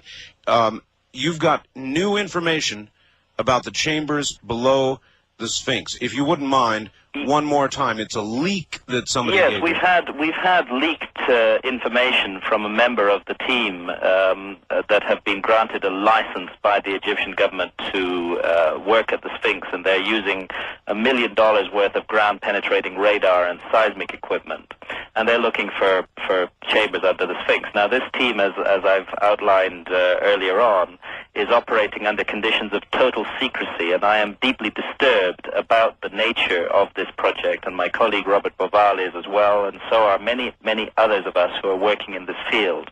And we think we ourselves are very anxious to have the research done and to find out in the proper manner what is in these chambers under the Sphinx and in the hidden chamber that we know now exists inside the Great Pyramid. But we also feel that this work is presently not being done properly in the right manner, and that it is obnoxious and wrong and extremely worrying that there is no public oversight of the research that is taking place. And we're therefore calling for these projects to be stopped, for the whole matter to be reviewed very, very, very carefully, and then for projects to be started again, but under proper circumstances with proper public oversight, no secrecy, no hidden agenda, and no commercialization. And with that said, what I'll tell you is that not everybody working on the project at the Sphinx appear to be happy with the conditions of secrecy surrounding it either, and we have had a leak from one of those individuals, leaked information, and what they tell us, what we were informed of, is that this remote sensing equipment, the ground-penetrating radar equipment that they're using, and other remote sensors have detected 9 separate chambers deep in the bedrock beneath the Sphinx, and that all of these chambers appear to contain metallic objects. We'll call this leak Deep Chamber. Yes. Do you expect to be able to get more information from this person? We are actively pursuing every avenue on this matter, and we are also calling on every concerned individual to apply pressure to get these current projects stopped, because I repeat, the grave danger under these circumstances is that the public may never learn what is in these chambers. It's perfectly possible with all this secrecy for objects to be removed from those chambers and for nobody to be told what is happening, and this is not the right condition for proper scientific research to occur in. So we think the most important thing is for pressure to be put on the Egyptian authorities to stop these projects. I spent 2 hours today with the Egyptian ambassador to Washington, presenting him with our dossier of information on this. And you mentioned, Art, I think earlier on, that perhaps a good show in the United States to investigate this matter, a powerful show with the resources to do the job, would be something like 60 Minutes. You betcha. And because the concentration of force is the most effective way to work, I would urge anybody who's concerned about this matter and would like to get this problem investigated to write a letter to 60 Minutes. If they get enough letters from enough people, even they will wake up and pay attention. Our media have a tendency to tamely follow the orthodox Egyptological line, but they also have a responsibility to listen to the voice of the public.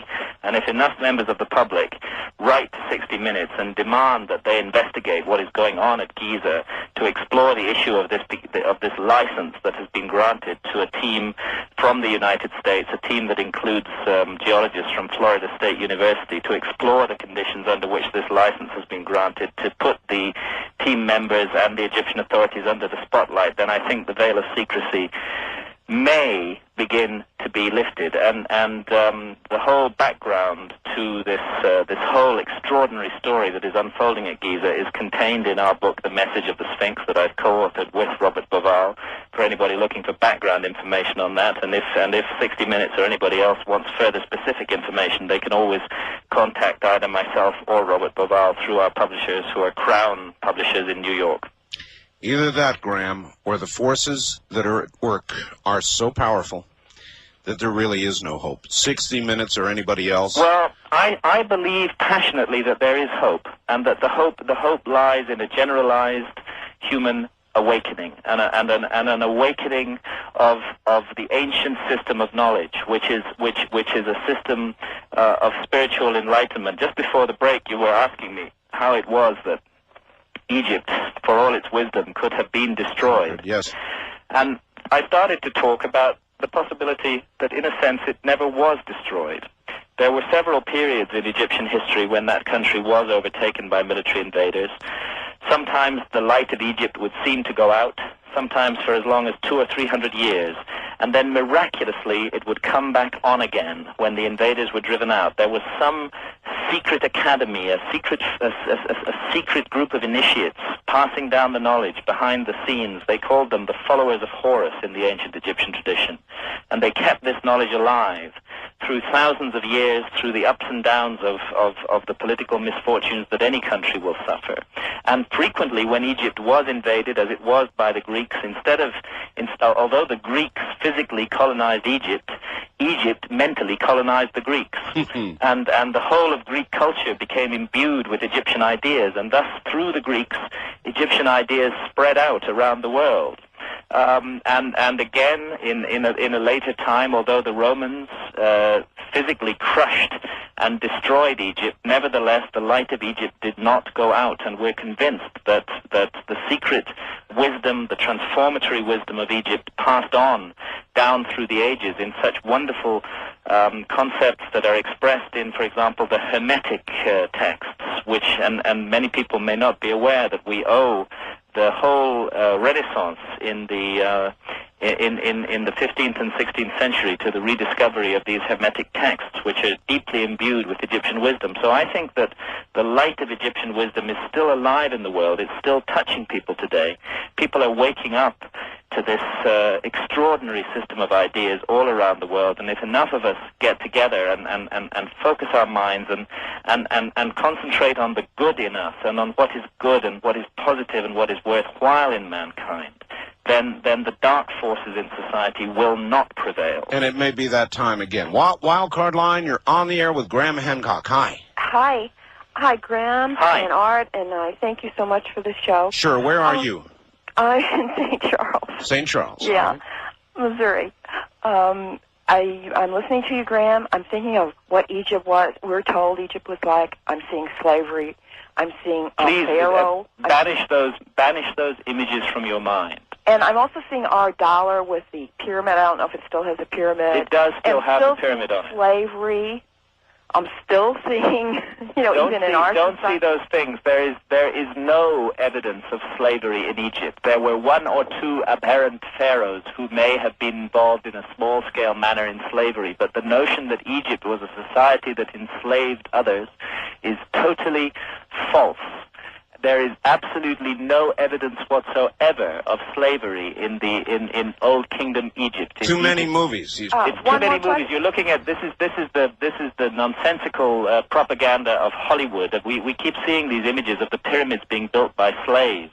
Anybody who has studied the pyramids closely will tell you it's impossible. This was not done by slaves. One more question? Yes. I don't have the name right, but it was around the 1st century. Apollonius. It's like Apollo. Apollonius of Rhodes. Very wise. Perhaps the Christ figure changed after Constantine got his hands on it.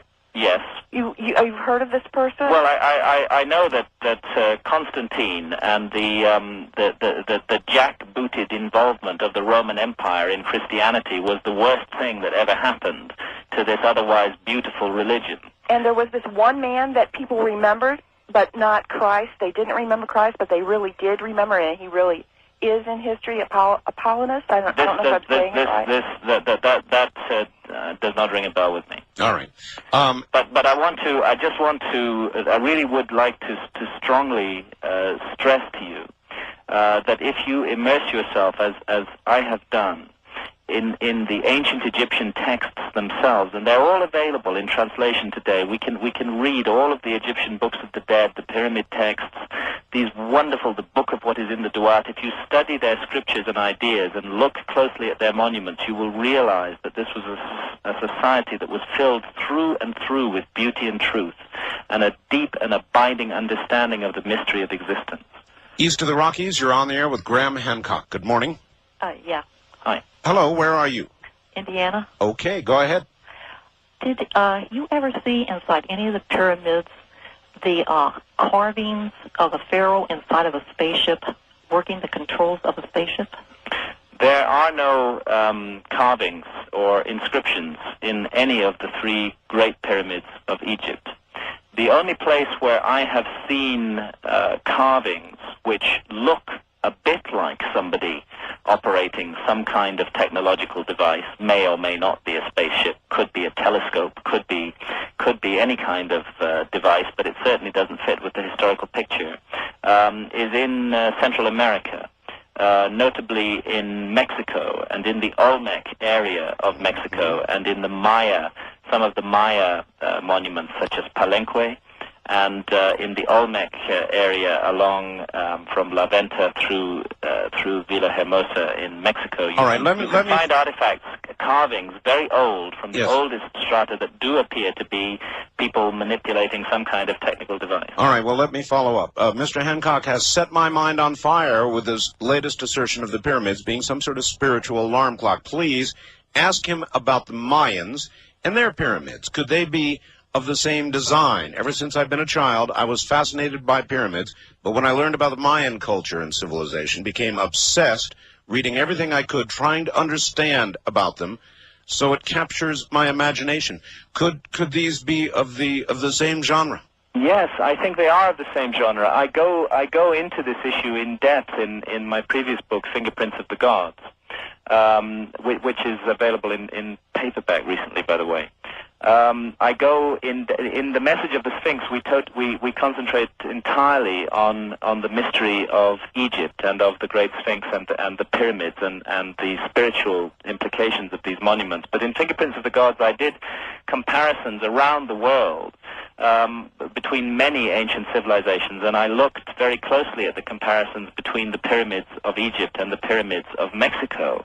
And yes, there is undoubtedly a link and a connection between these monuments. And the connection, in my view, is not a direct influence of Egypt on Mexico or of Mexico on Egypt, but it's an inherited common influence, a remote and ancient influence that touched both of those places. And for me, it's particularly significant that the 3 most mysterious pyramids in Mexico, which are the pyramids of Teotihuacan, the Pyramid of the Moon, the Pyramid of the Sun, and the smaller Pyramid of Quetzalcoatl, which run alongside the so-called Way of the Dead in the city of Teotihuacan, just north of Mexico City. Teotihuacan is a very mysterious place. That these pyramids have an enormous amount in common with the three great pyramids of Giza, and I went into that in depth in Fingerprints of the Gods. But one thing that they have in common, very important, is what Teotihuacan actually means. It means the place where men became gods. That there is an ancient tradition attaching to these extraordinary Mexican pyramids which suggests that they were in some way involved in the spiritualization of mankind, in the recognition or the realization of the immortal part of our nature. Separate. And that is precisely what the three great pyramids of Giza in Egypt were about. They were part, we are convinced, of an ancient spiritual science of immortality to awaken the immortal part of ourselves, and yes, to awaken the memory of a previous life. This is entirely possible in my view. In other words, separate artifacts that in fact enhance the totality of the evidence, period. Yes, definitely. All right. It is said that at one time the surfaces of the Great Pyramid were covered with smooth, polished stone with a mirror-like finish. Have you discovered the quarry, which was the source of the stone, and what happened to the stones? Also, what is the relationship between the capstone mentioned in the Bible and the capstone of the Great Pyramid? Well, to answer the first question first, yes, all three of the Great Pyramids, it is known for sure, were once completely encased in polished white limestone. And from the very few surviving casing blocks, we are able to say a number of things about this limestone casing. Firstly, it was an extraordinary technological feat. There were 22 acres of limestone facing stones on the sides of the Great Pyramid. Secondly, these stones had an average weight of 16 tons each. Thirdly, they were lined up to each other with such precision that in the few remaining casing stones it is impossible to slip even a sheet of paper, of thin paper, into the joints. The joints are so closely aligned, and the great Egyptologist William Flinders Petrie at the turn of the century likened the precision of the casing blocks to modern opticians' work, to quote him, on a scale of acres. They were a remarkable technological feat. Now, we know that they covered the entire pyramids from earlier travelers' tales. Many of the Arab commentators wrote about how the pyramids shone brilliantly in the sun with this polished white casing. What we're now seeing is the substructure that lies underneath the casing. But there was an enormous earthquake hit the city of Cairo in 1301. And it is this earthquake that shook loose the majority of the facing stones. And unfortunately, those facing stones were then, large part of the remainder, were then quarried off the pyramids by the local population and used in the construction of large parts of Cairo. As to the source of the stone, it's the Mokattam Hills, about 20 miles away to the east of Giza, across the River Nile. So it is known. And the capstone? The missing capstone of the Great Pyramid is an extremely interesting matter. We cannot be certain that it was ever in place. It is possible that the Great Pyramid never did have a capstone. I personally think it probably did have a capstone. But since it has been missing since recorded history began, we cannot be absolutely certain of this. I've climbed the Great Pyramid 3 times, and the top of the Great Pyramid today forms a perfect square, roughly 20 feet along each side, with half an additional course of masonry. What's happened is that masonry has been knocked off the top and rolled down over the centuries. There is enormous significance in Egyptian tradition attached to the pyramidion, the capstone, the top of a pyramid. It was called, as I said earlier, the Ben-Ben. It was the ultimate symbol of the immortality of the soul. And my colleague Robert Boval has argued in his earlier book, The Orion Mystery, that one possibility for what may be hidden inside one of the concealed chambers in the Great Pyramid is indeed this missing capstone, that it was taken off by the high priest at a certain point and placed inside the pyramid. Boy, you'd have to wonder what would happen if they put it back. Yes. I had the great honor, Graham, before his death, of extensively interviewing Robert Monroe. Yes. And there are many who would say that his work is the modern equivalent of what was once lost and what you have talked of tonight. So we're at the bottom of the hour, rather, and we've got 30 minutes to go with you. But I want you to answer that when you come back, if you would. Truly a great man, Robert Monroe and the Monroe Institute. We've talked of lives that go on, people who come back again and again and again. This is Premier Networks. That was Art Bell hosting Coast to Coast AM on this Somewhere in Time.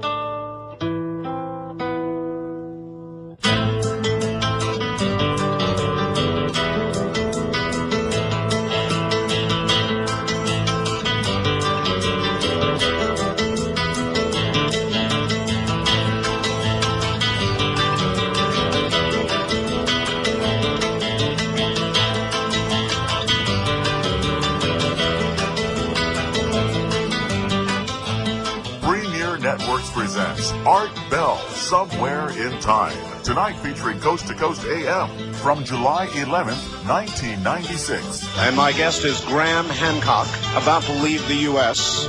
Probably the last time you're going to hear from Graham in this country for a while. We'll find out about that in a moment. Also, I've got the address and fax number for CBS's 60 Minutes. Stand by.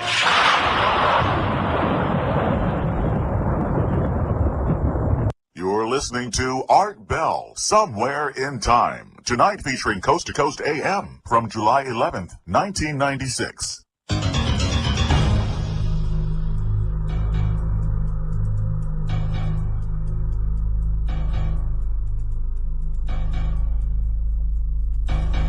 Back now to Graham Hancock. Graham, there you go. That's a point of pressure.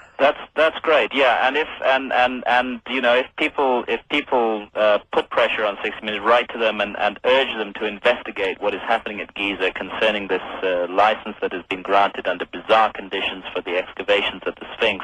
And if 60 Minutes want further information, definitely the best way is for them to get in touch with me through my publishers, who are Crown Publishers of New York, and we'll take it from there. All right, good enough. East of the Rockies, you're on the air with Graham Hancock. Good morning.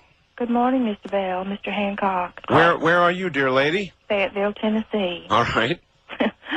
A few years ago, they had an exhibit of Ramses II. Strange. I felt like I had known this man or whatever he was before. Never heard of him before or since.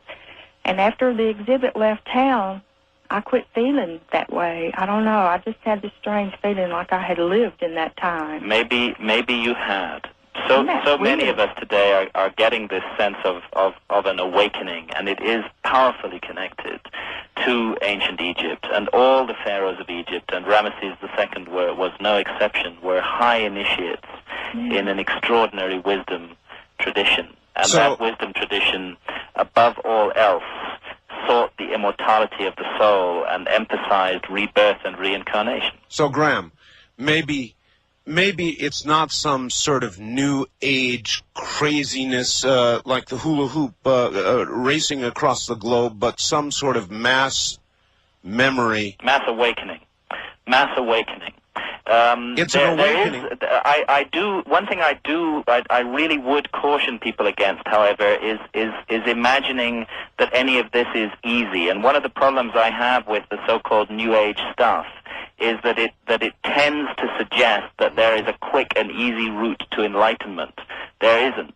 We all have to do the work. Life is an initiatory journey, and we cannot expect to achieve that initiation just easily at the snap of a finger, but by reading some lightweight text. It's a matter. Everybody in their personal lives has to expect to work. Don't expect it to come easily. And it's a matter of how we relate to the world, how we relate to people around us, what we do with our minds, and with this precious opportunity that we've been given on this planet to learn and to grow.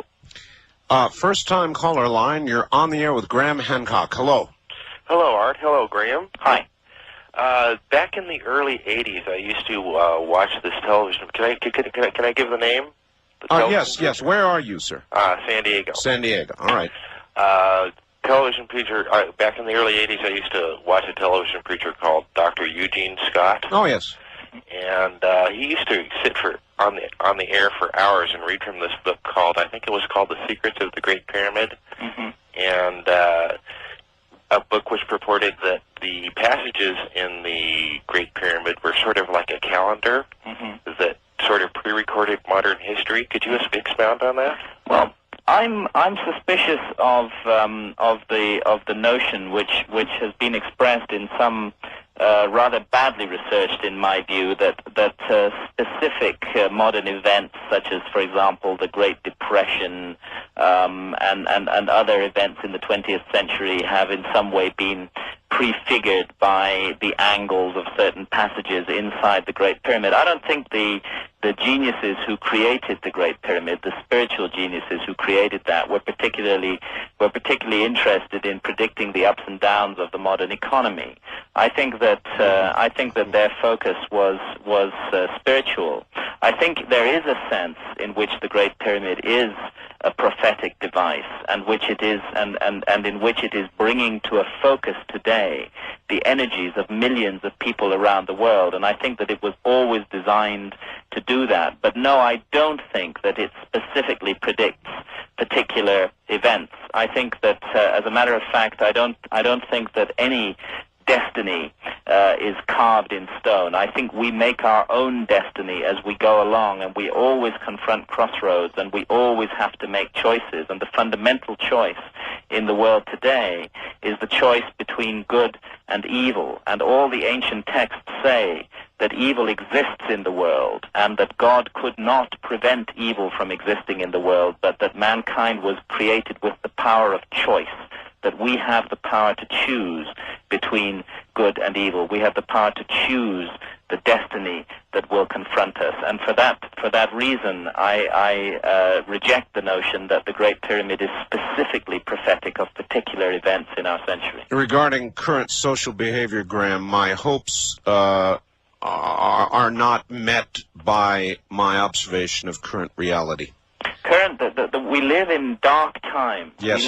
We live in dark times and a dark night of the soul, and terrible forces are at loose in the world today, which are leading mankind on the path of destruction. And too many people are prepared to go along with this, and to make excuses for cruel and vicious behavior towards others, and to turn a blind eye to cruelty and unkindness and wickedness in the world.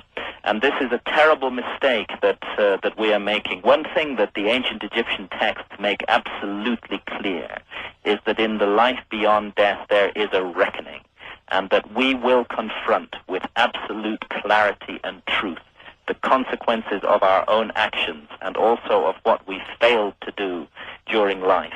And that's why I think it's so important for everybody to wake up to the mystery of life, and to realize that this life is an opportunity that we've been given to prepare, and not to waste it away, and not to allow the darkness that is engulfing the world to continue to spread. We can resist it, we can oppose it, and on what we do about this, we will ourselves be held accountable in the final reckoning. That I am sure of. I am too. West of the Rockies, you're on the air with Graham Hancock. Hello. Hi, Art. Thank you very, very much.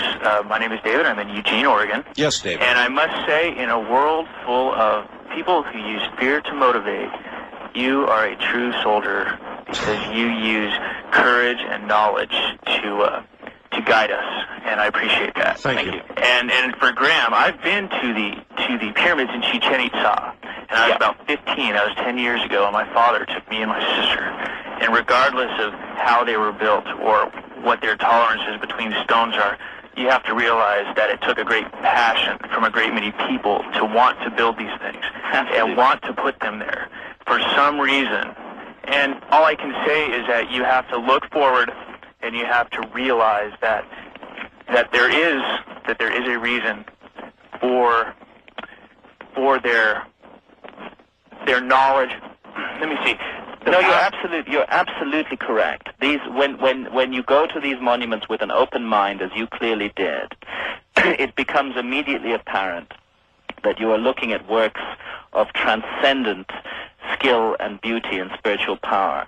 The principal pyramid at Chichen Itza, which is a step pyramid, and it stands in the middle of the great grassy area in the center of Chichen Itza, is called the pyramid or the temple of Kukulkan. And Kukulkan was the Mayan name for the civilizing deity Quetzalcoatl, who's a very similar figure to the ancient Egyptian god Osiris, a god of resurrection and rebirth. And that pyramid of Quetzalcoatl at Chichen Itza is so perfectly situated in relation to the rising of the sun, so perfectly designed in its positioning on the earth, that on the spring equinox, an amazing effect is observed on the northern staircase. For 3 hours and 22 minutes exactly, an illusion of light and shadow creates the figure of a gigantic feathered serpent, and that was the emblem of Quetzalcoatl, undulating up and down that staircase. Now, to position the monument so precisely in relation to the rising of the sun on that particular day requires an amazing geodetic and astronomical knowledge, and yet this is just totally overlooked by our Orthodox scholars. I have this horrible feeling, Graham, that when we, and if we ever do learn the secrets held within the Sphinx, within the pyramids, we're going to discover that we've been doing it all the wrong way.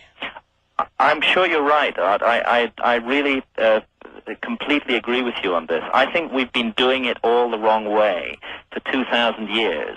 I think that we've gone down a sidetrack in the evolution of our consciousness. We've been held back. We've been delayed. We've been prevented by dark forces from moving along, and those dark forces are within ourselves, and it's up to us to overcome them. That we cannot hand over responsibility for this to any external force. It is up to us ourselves to realize the potential for beauty and truth that lies within us. And if we do not realize that potential, then we alone are responsible for it. All right. First-time caller line. You're on the air with Graham Hancock. Good morning. Good morning to both of you.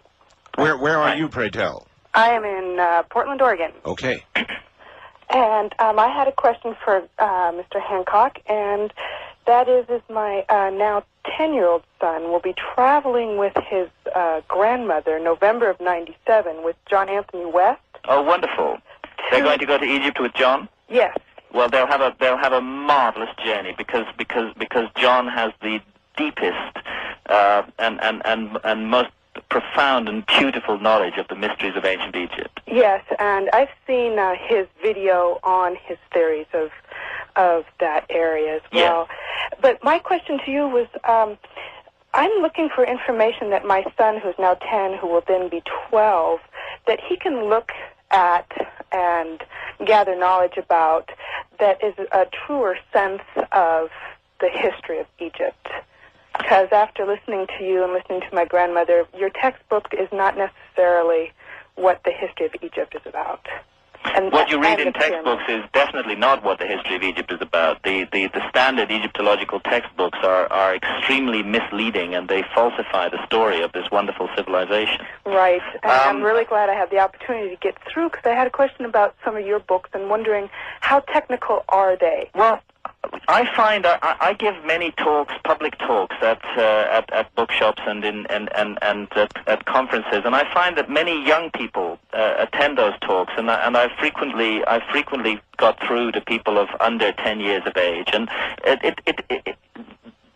the new book, The Message of the Sphinx, does contain technical information concerning astronomy, but it's all backed up with very, very clear diagrams which help the more difficult ideas to be understood. And I would say, for all of us, the sooner we start doing the work, the better. As I've always say, never expect it to be easy. And the younger we start on the journey of discovery, the better. Definitely. I'm not trying to sell my books on the air, but unfortunately there are very few books around which look at Egypt from what I think is the true point of view. And I would urge your son to have a look at The Message of the Sphinx, have a look at Fingerprints of the Gods, have a look also at the Orion Mystery. The Orion Mystery, that was the other one. I couldn't remember the name of. That's Robert Bovar's previous book, and then he and my previous book was Fingerprints of the Gods, and both of these books deal extensively with Egypt, and then we got together to write The Message of the Sphinx. Now, I feel it's my responsibility as an author to write books that are readable. Above all else, a book has to be read, and I try to tell a story which is a readable story and which will not bore the reader, but at the same time to convey truthful and solid information, and that's why I always include footnotes in my book. But don't be put off by that. The information is all there, and I think it is accessible to young people. Well, that's great. We also homeschool, so it's going to be a great adventure to have a year and a half to work on the information to get. That's great. That's the way to do it, and I'm glad you put the emphasis on the word work, because we all have to put our minds into gear on this. That's stuff. Right. Yeah. Exercise that muscle up there. Yeah. All right. Exactly. Thank you, dear, and good luck to you. Thank you. Yes. Take care. Time is short. Wildcard line. You're on the air with Graham Hancock. Yeah, Art? Yes. I'm calling from San Diego. Yes, sir. And I've got two questions for Graham.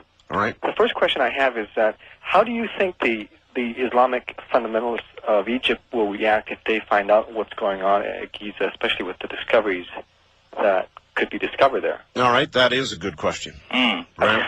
I think that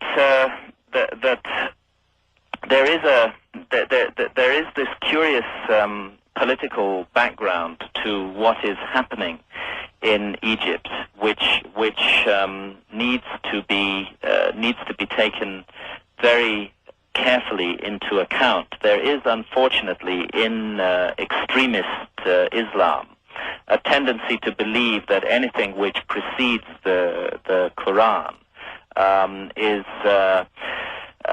knowledge that should not be known. There's a story concerning the burning of the great library at Alexandria in Egypt, which I suspect is probably not a true story, because the first Muslims were great learners and great guardians of knowledge. But nevertheless, for what it's worth, I'll tell you the story. When the Muslims from Saudi Arabia invaded Egypt shortly after the time of the Prophet Muhammad, they found this amazing library containing reputedly 1 million scrolls, all the collected knowledge of the ancient world. And they sent message back to the Caliph Umar in Iraq, and they asked him, what are we to do with this library? And his reply was the following: if it contains material which is contradictory to the Quran, then it is against God, so burn it. And if it contains material which is in the Quran, then it is superfluous, so burn it. And as a result, the great library of Alexandria was burned. I'm so afraid, Graham, that the knowledge contained in the chambers of the Sphinx, the pyramids, when it is finally opened, will receive a similar order. Yes, but I'm afraid, I want to stress very strongly that I don't think the threat to this knowledge comes from today, from Islamic fundamentalists. It comes from the powerful, wealthy, and secretive groups that are controlling research over that site at the moment for their own personal agendas. My friend, listen, we're out of time. And well, I'm sorry to hear that, but I do want to stress that we can put a stop to this bad project that is taking place at Giza, and a good one can replace it. We don't need to fear the fundamentalists. We need to fear the forces in our own society. Graham, where do you go from here? Well, I'm going. I'm still traveling. I'm going from here to South Africa, where I'll be spending a week. Fingerprints of the Gods and the Message of the Sphinx have recently been published there. And then finally I'm going on to Australia for a week, and I get back to England on the 27th of July. Your entire body is going to be a mess for the next year. Yes, absolutely. I'm sort of revolving around the planet in opposite directions twice within a month. Graham, my friend, it has been a pleasure, and when you next grace these shores, we want you back. I look forward very much to talking to you, Art. I think your show is a great forum for ideas and discussion and awakening the good spirit in people all around the world, and that's just what I'd like to close on, that there's so much goodness in people, and it's in all of us, and all we need to do is to reach for it and make it strong, and we can send the darkness away. Thank you, Graham. Thank you. I wish you a safe journey. Thank you very much. Good night. Good night, and take care, my friend. Graham Hancock, author of Fingerprints of the Gods, The Sign and the Seal, The Message of the Sphinx. The trip back in time continues with Art Bell hosting Coast to Coast AM. More Somewhere in Time coming up.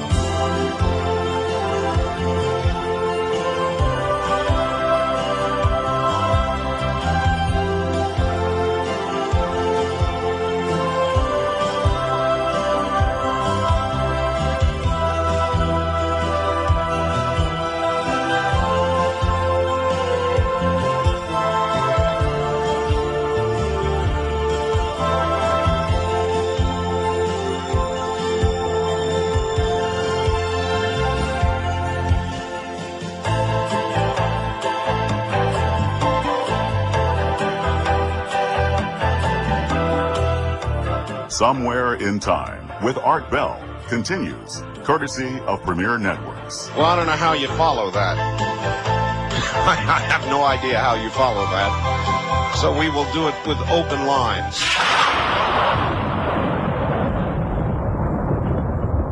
Somewhere in Time with Art Bell continues, courtesy of Premier Networks.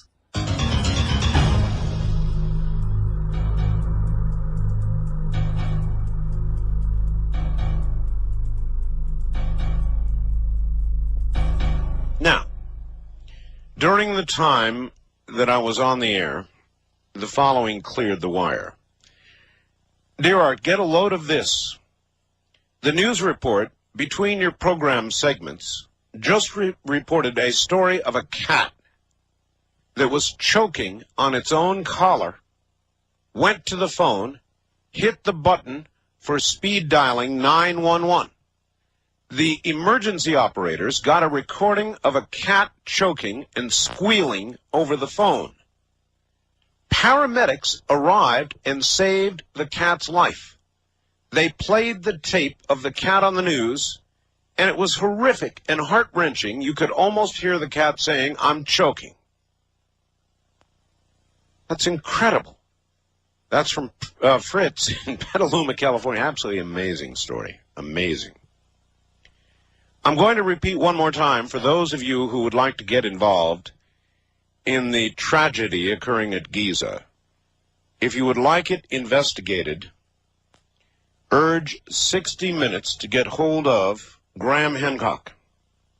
Their fax number in New York is area code 212-975-0322. 212-975-0322.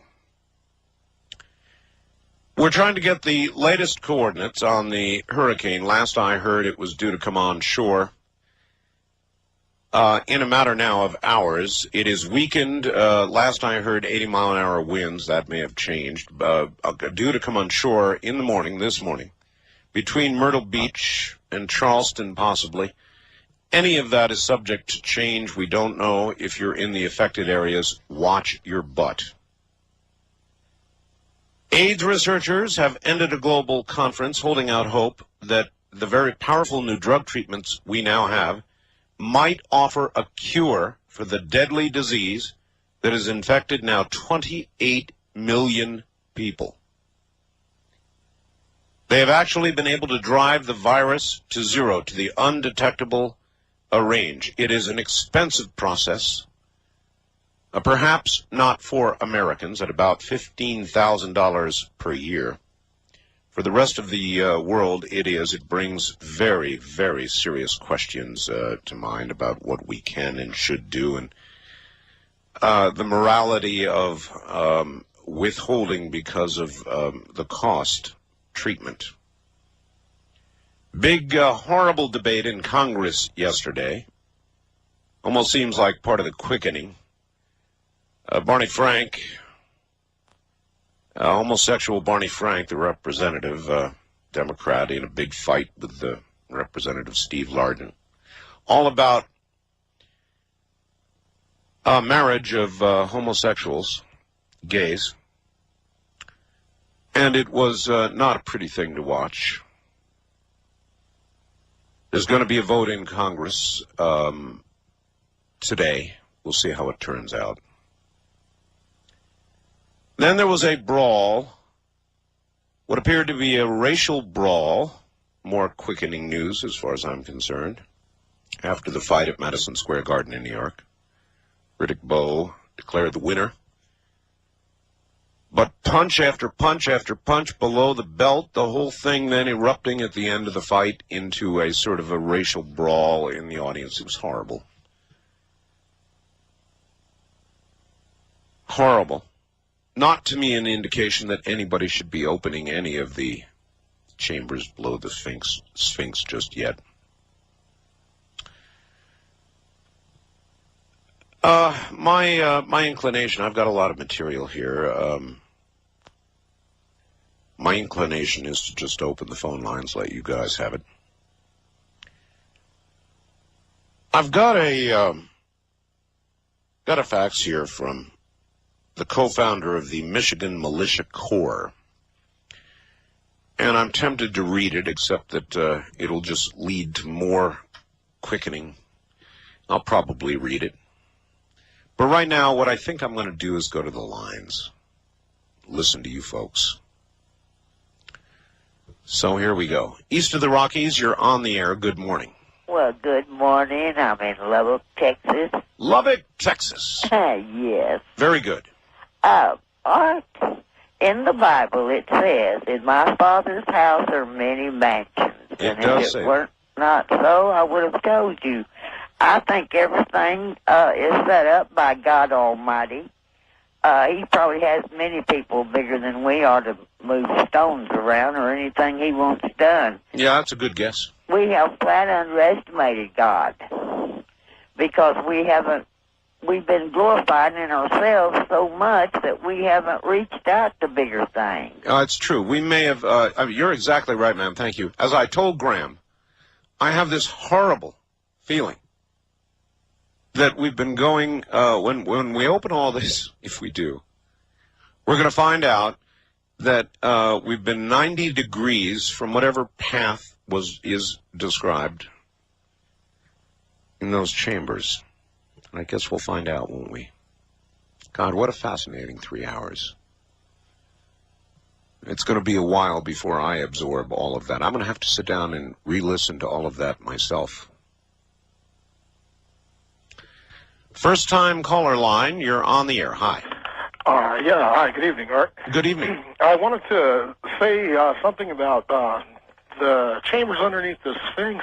I heard from some sources that if you are not the chosen people that are meant to find the right room, underneath the Sphinx that has ancient artifacts of highly technological, advanced equipment. Put shortly, you won't get out of it alive. That's what I've heard. Now, I've also heard that there's the tunnel underneath the Great Pyramid used to be open to tourists and to visitors, and many people would go down there, and what they would think would manifest, whether it would actually manifest to everyone or to them. And several people got ill, and several people, from what I understand, had died from it, and then they since closed it off. Now, I wanted to address that when Graham was on, but I know he's off now. I wonder if in the future he might be able to respond to that. Yes, you can be sure that when, as I said, he returns to these shores, he will be here again, sir. Oh, fantastic, Art. All right. Amazing stuff. Keep up the great work. Thank you. Have a good morning. Wildcard line, you're on the air. Hi. Good morning, Art. Good morning.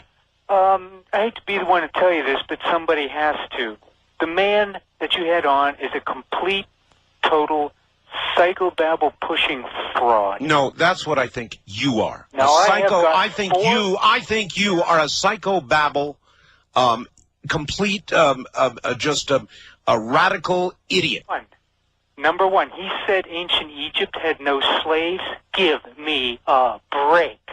Every last human being was no more than a herd of cattle owned by the pharaoh. No, goodbye. You know, I'm tired of you. You know, do me a favor, Rickmeister, Hypemeister, Blowhard, and call somebody else's show.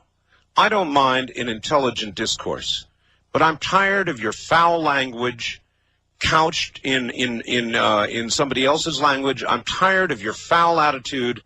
I'm tired of you. Call somebody else's show. Grace somebody else's airwaves with your psychobabble. Don't call me anymore. West of the Rockies, you're on the air. Hello? Hello? Art Bell? Yes. This is Dora from San Diego. How are you? Fine. I've been enjoying your program tonight. Do you know that a friend of yours was there at the building of the pyramids and that he's had a guided tour of the passageways? No, I did not know that. And I believe every word he said, and anything you want to know in the minutest detail he has explained. Gordon Michael Scallion. Oh, yes. Oh, yes. Oh, yes. Thank you. That's... Why? I have the article. Did you fax that article to me? No, I didn't, but millions of other people want to know all these things that you keep talking about on the air, the answers to them, like who built the pyramids. And I have a long article, thank you, on Gordon Michael Scallion and what he has seen with regard to the Sphinx in the chambers and the pyramids. I have a long article, and I appreciate your commenting on that. And it might be a good reason to bring Gordon back. I need to contact Gordon again. First-time caller line, you're on the air. Hello. Hello. Hello. Yes, is this Art? It is, yes. Hi, this is Chris from Tucson. Hi, Chris. Hi, I was just captured. My imagination was just captured by your last guest, and I wanted to ask you. I wanted to ask him, but have you ever heard of Jose Arguelles? Yes. Who wrote The Mind Factor? I have. I wanted to ask Graham if he had ever found in any of the Egyptian writings and the text anything that related to the similar information in the Mayan calendar, and perhaps in the way that Jose had interpreted it. Do you recall what that's about?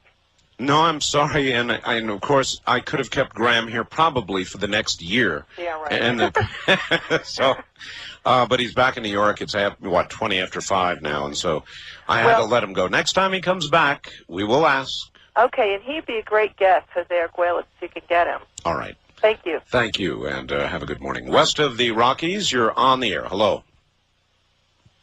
Hello. Going on. First-time caller line, you're on the air. Hi. Hello. Hello.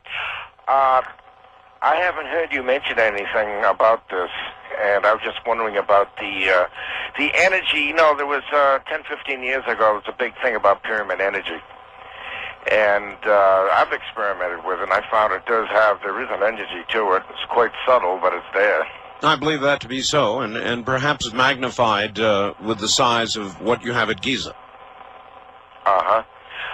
Did you ever hear about well, I forget his name, it's a scientist who got into it, and he has, apparently he had a patent, and then they shut him down on the patent, the U.S. government. No, I'm not aware of it. A patent on a pyramid, you mean? No, the energy. Some kind of machine he used with the energy from a pyramid energy type. I'm not exactly sure how you would patent energy derived from something as ancient as the pyramids, but that's interesting.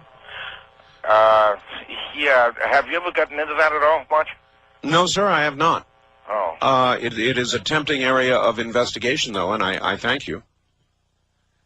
And I don't doubt that it may well be so.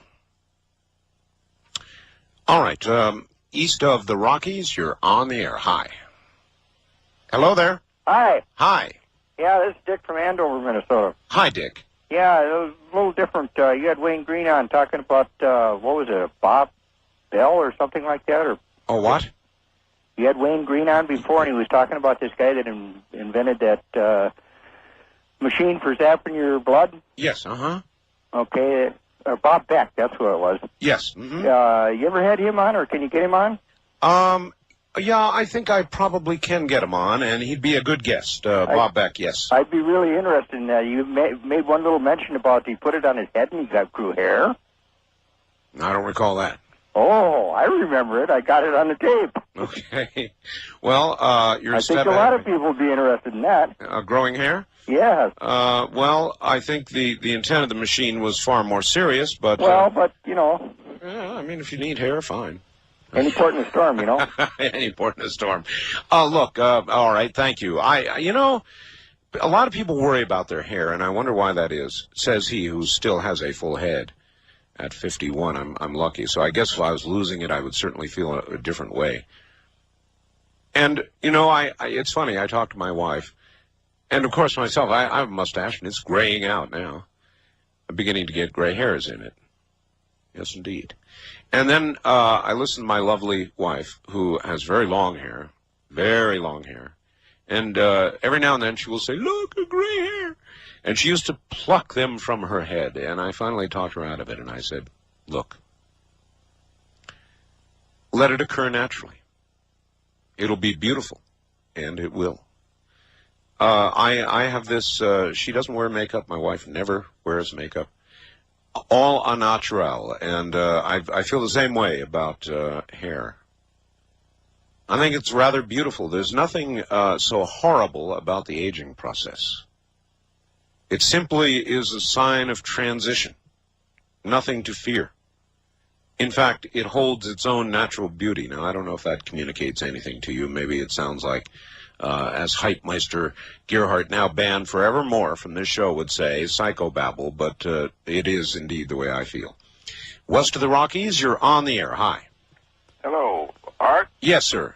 I would just like for you to tell some of your skeptics that if they will take the time to go out and buy Hancock's stories, The Sign and the Seal, I know, and also the fingerprints of the gods, it will change their way of thinking about certain things. Look, sir, I don't mind skeptics. I like intelligent conversation, intelligent discourse, even intelligent dissent. It's all fine, and we can sit here and fight intellectually about things. Yeah. But I know who you're referring to, and I've had it with that guy.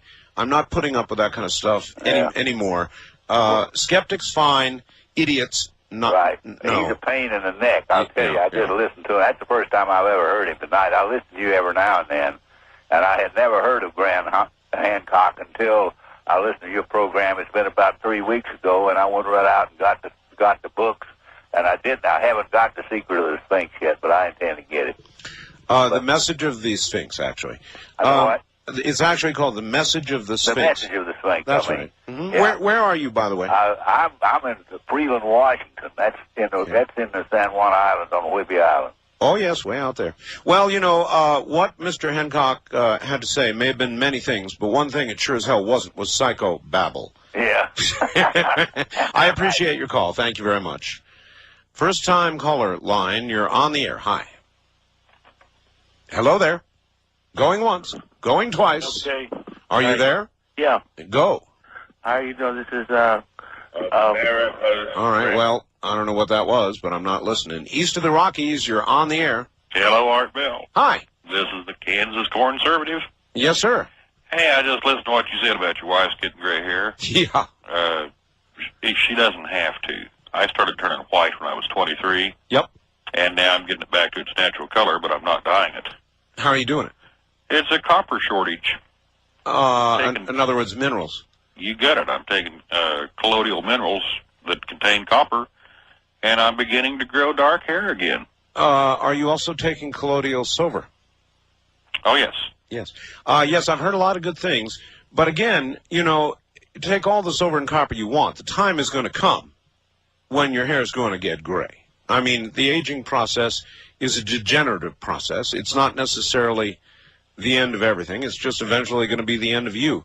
And it's not necessarily a horrible thing. It's just a natural thing. I mean, we grow older. That is the way.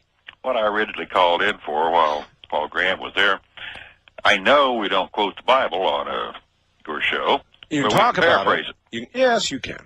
There's a passage, I believe it's in Isaiah, that's rather interesting. It says, depending upon what translation you read, says there is a pillar and a monument, or some of the others say an altar, to God Almighty in the center of and at the border of Egypt. Mm-hmm.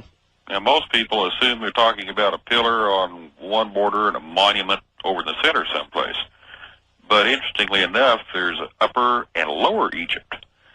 And the Great Pyramid of Giza sits right at the boundary between Upper and Lower Egypt. It also sits smack dab in the middle of both of them. So I think they're talking about one thing.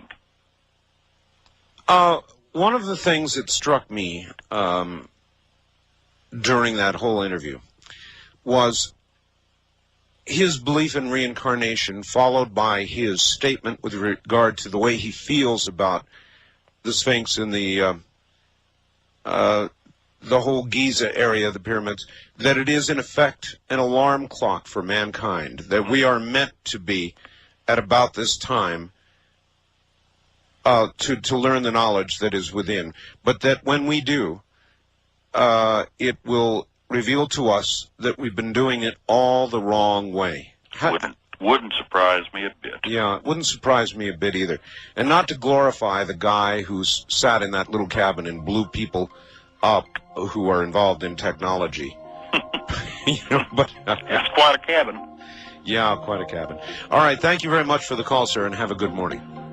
I'm still thinking very, very hard about all of that. This was really an interesting program. You're listening to Art Bell, Somewhere in Time. Tonight featuring Coast to Coast AM from July 11th, 1996.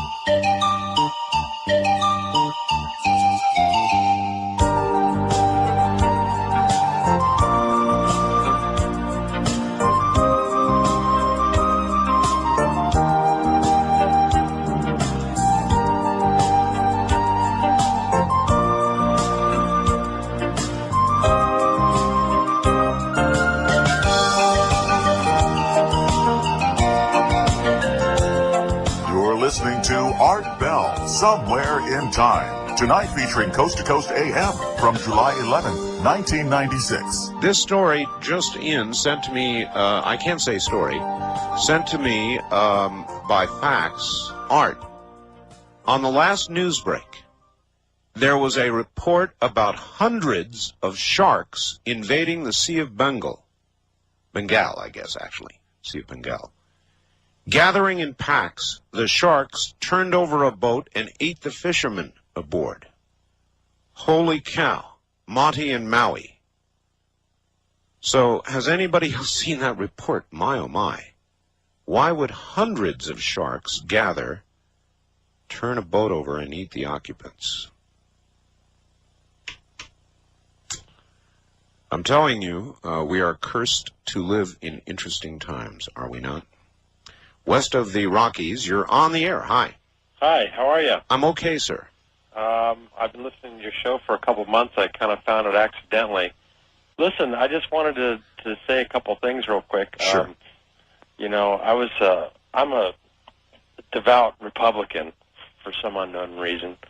And nothing wrong with that. No.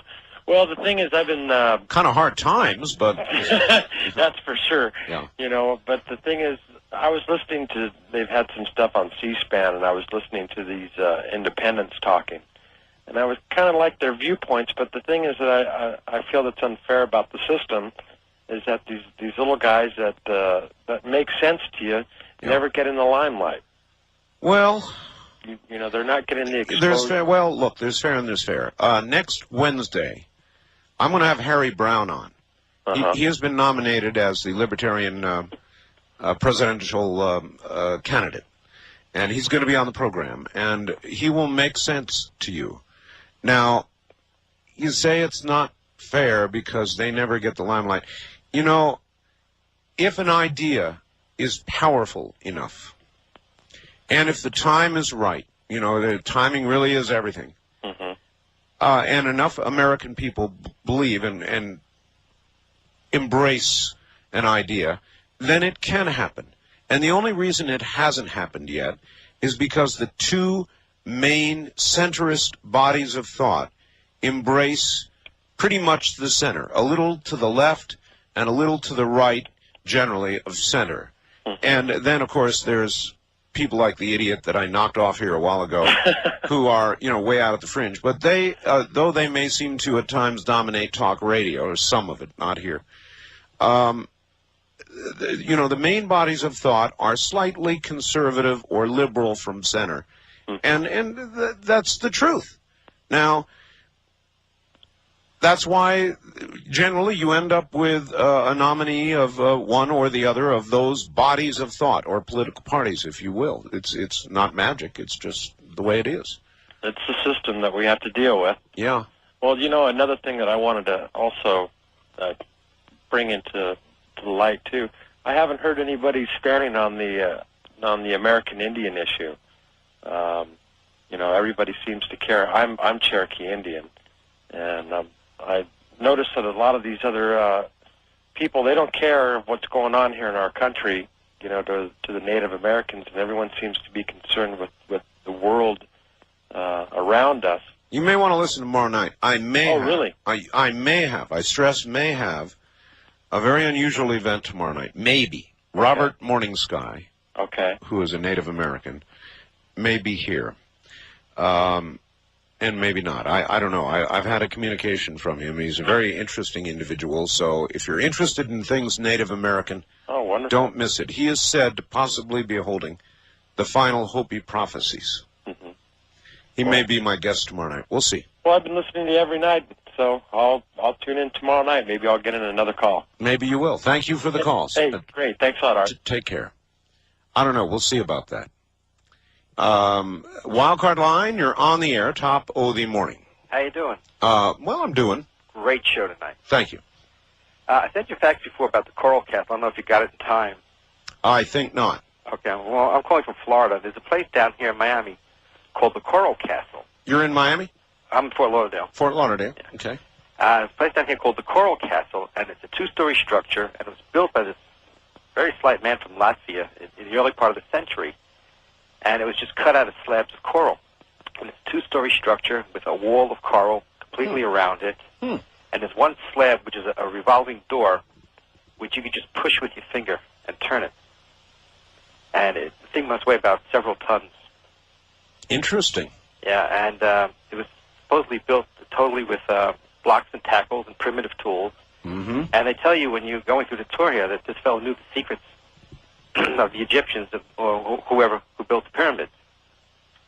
And it's an amazing structure, and just everything about this place is like it'd be something you'd be interested in. All right. So if you could find out any information about it, it is quite unusual. I'll see what I can figure out. Alrighty. All right. Thank you very much. Have a good morning. And glad to have you along. That's Florida, WFTL in Fort Lauderdale, Miami. East of the Rockies, you're on the air. Hi. Oh my goodness, how are you? Oh my goodness, I'm pretty well, actually. I am calling in response to the Soul Sucker. Yeah. I took that as very serious. When did this happen? The last few days. I had something happen on Sunday. Like what? Well, it didn't deal with cyberspace. And as a matter of fact, the reason I didn't go to my priest is because I wasn't really sure that I was dreaming or awake. But I was enveloped in these arms, and it woke me up because they were touching my face. And I was trying to push the arms off, and I could not get the arms off. Meanwhile, I'm trying to wake up my husband, who was laying to the right of me, and these arms are on the left of me. Oh, anyway, I wouldn't like that at all. well, this creature was putting a leg over me, and I would try to push the leg off. He was pushing an arm on me, and I was trying to push the arm off. Finally, they grabbed my left hand, and they put my hand to his head, and there were little short bristles all over this thing's forehead. Oh, man. And I finally screamed, "He's back!" And I woke up my husband, and I said, "Did you see anything?" And he said, "You're just dreaming. Go back to sleep." So when you talked about the Soul Sucker, I just about jumped out of my skin. Yeah. I jumped out of my skin when I read this because I think it's real. And you know what I think happened? I think this guy gave his soul away. You think so? Yep. I do. Well, I tell you what I did. The next night I went and got my rosary out. Well, he went and got white soap and started making crosses. I think it's too late. When he said okay, Uh-huh. I think it was all over. Well, I hope not, but I got my rosary out, and I haven't been bothered, but I told myself, if I have this kind of a dream or whatever it was again, I was definitely going to go to somebody higher up and say, you've got to do something to help me here. Because I do believe that people can be possessed by the devil. Yeah, I think that's what we've got here, and maybe that's what you've got. And if it happens again, I would go consult those who know about such things, because I'm not that person. Okay. You have a good day. Yeah, you too. Take care. Tough stuff, huh? First-time caller line, you're on the air. Yeah, you didn't ask that guy if he actually saved the cat. The one that the one that was choking? Yeah. I would guess the answer was yes. You're right. I didn't ask him, but it apparently did not have a bad outcome, or he would have told us. Well, I mean, I'd like to have heard, though. Now, I've never had such a message from my cat, but I've seen those little things trying to cough up hairballs lots of times. Yeah. They're kind of... It's pretty scary. Well, it's sometimes a cat could really choke, but a lot of times they there's a thing with cats, hairballs. Yeah, well, I've got one of my own. So about 17 years old. Uh-huh. One of the funniest things I ever saw was a little... Have you ever seen it? It's a diagram of the cat brain. And have you ever seen that? No. No? And it segments the little cat brain apart in different parts of the cat brain, and it labels them. And the most disgusting part of the whole labeling system is it shows the barf gland connected to the lick gland. I think I've seen something similar to that. Dogs. I never have gotten over that. It's true. Listen, do you play pinball at all? Well, when I was 13, I owned 2 pinball machines. It was my life's dream to own a pinball machine. Right. And I lived at that time in a place called Media, Pennsylvania, and my mom drove me to Chester, Pennsylvania, where we went to this warehouse, and she bought me my first pinball machine, which I proceeded to take apart and clean and refurbish. She claims that I bought it for $25 which now as an adult I know is total bull. It costs a lot more, and she subsidized the buy. Yeah. But yes, I love pinball, sure. Well, there's one called Bad Cats. It was made in 1989. You ought to be on the lookout for. All right. I'm not really up on pinballs, but that's the one that I really like. If I had the space in my house, I would have a pinball machine. But I don't right now. Right. Thank you very much, sir. Take care. East of the Rockies, you're on the air. Hi. Howdy, how you doing? Okay, sir. This is Joe from Detroit. All right, Joe. I've been unable to listen to you for the past couple hours, but I've been trying to dial in. Well, I appreciate the fact you've made it. Thank you. By the way, I'm talking on a VTech. It's amazing. It is. Oh, well, keep trying to tell people. Well, if they buy it, they've got a 30-day guarantee. They'll never send it back. It's amazing. I know. It's as clear as, well, I'm talking on it. I know. A couple of questions. Yes, sir. About the pyramids. Yes, sir. I don't know if this was covered earlier, but there's a gentleman by the name of Dr. Gene Scott. Oh, yes. It was covered earlier, and Gene Scott used to sit for hours and hours and hours. For all I know, he still does. I believe he still does. Yeah, he does. He's up there on satellite. And but he'd never come to the point. And your guest was very precise and very illuminating. I guess that's the word I'm looking for. Yes. And I'd like to compliment you on that. But the other thing is, when I was very young, or relatively young, I went to the Mexican pyramids, and while I was there, it was the eeriest feeling. I remember climbing the side of the pyramid. Yeah, there is something to it. And truly, it was amazing. I know. There really is something to it, sir. It's not easily put into words. It's one of those things that you have got to go experience for yourself. And if the Egyptian pyramids are half as interesting as, and I'm sure they're more than the Mexican ones, so somehow, some way, somewhere, I got to get there. Then you will. You think so? Yep. I don't know. I'm in a very flux in my life, and my finances are such that well, hopefully you're right, but there's a way to make things happen. It will occur to you. If you wish for it, if you want it, you will make it happen. You think? Yep. Well, that's a good positive attitude. I'd like to know how I can pick up your program. Oh, that was the other question. You were talking maybe a month ago or so about shortwave, and then you stopped talking about it. And I got a shortwave set now, and yes. I'm waiting. Well, hang in there. It is not an easy project because there are a number of domestic shortwave radio stations that we could already be on right now, but we don't want that. Right. I understand the logic that you want to encircle the world better. So that's right. So we are presently in contact with and talking to shortwave stations in Eastern Europe. And it's not an easy process because we've got to get a satellite hop across the Atlantic. That's all got to be, we've got to write up contracts for all of that, write up contracts with a shortwave station. Perhaps by Christmas? Maybe. A definite maybe. A definite maybe. A definite maybe. Well, okay. All right. Is there... do you have a satellite dish? Station I can pick up after 5 a.m. Yeah, do you have a satellite dish? I wish. I don't even have one of those mini dishes. All right.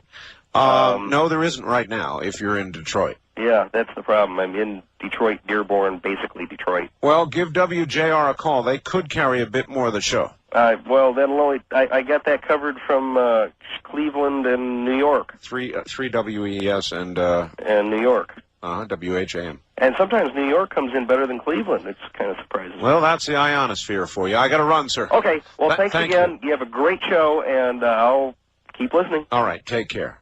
We'll be right back.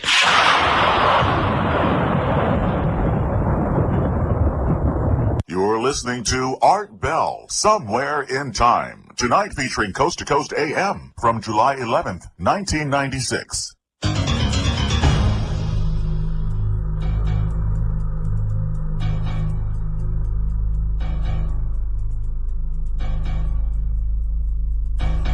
All right, back to it we go, and on the first-time caller line, you're on the air.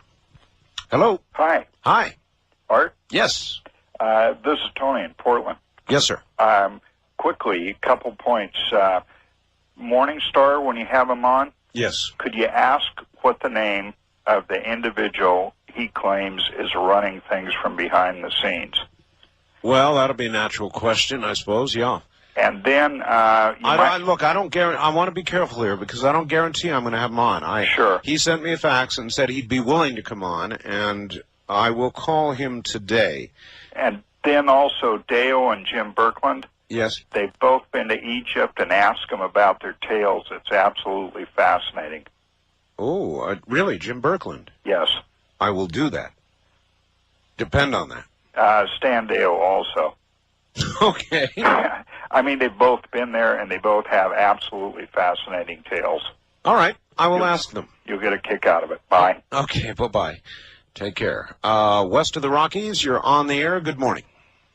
Mr. Bell. Mr. Caller. This is Mitch, the Magic Christian. Well, this is Art, the average guy. All right, Art. All right, Mitch. Tonight's the night, man. I got a message for you. Yeah? Yeah, you've tried to jive your way through your relationship with Jesus Christ. You've danced around when people have asked you direct questions about the Bible and what you believe about it.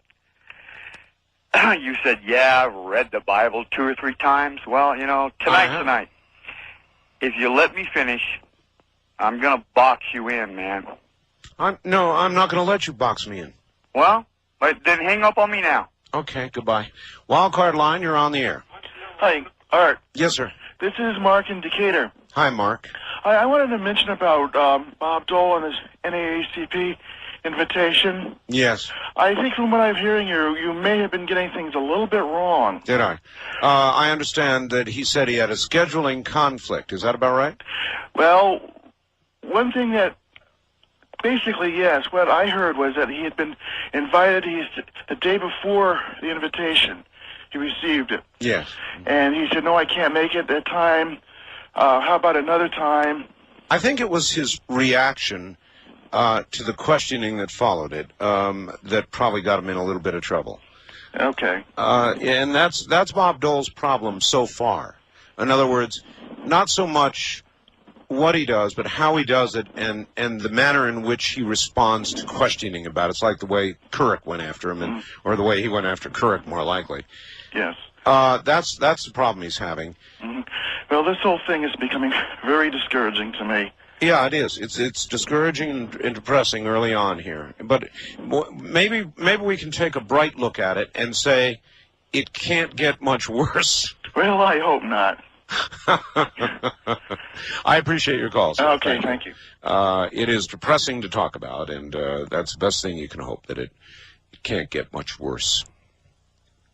East of the Rockies, you're on the air. Hi. Good morning, Art. This is Bob. I'm on the road in central Indiana. Hi, Bob.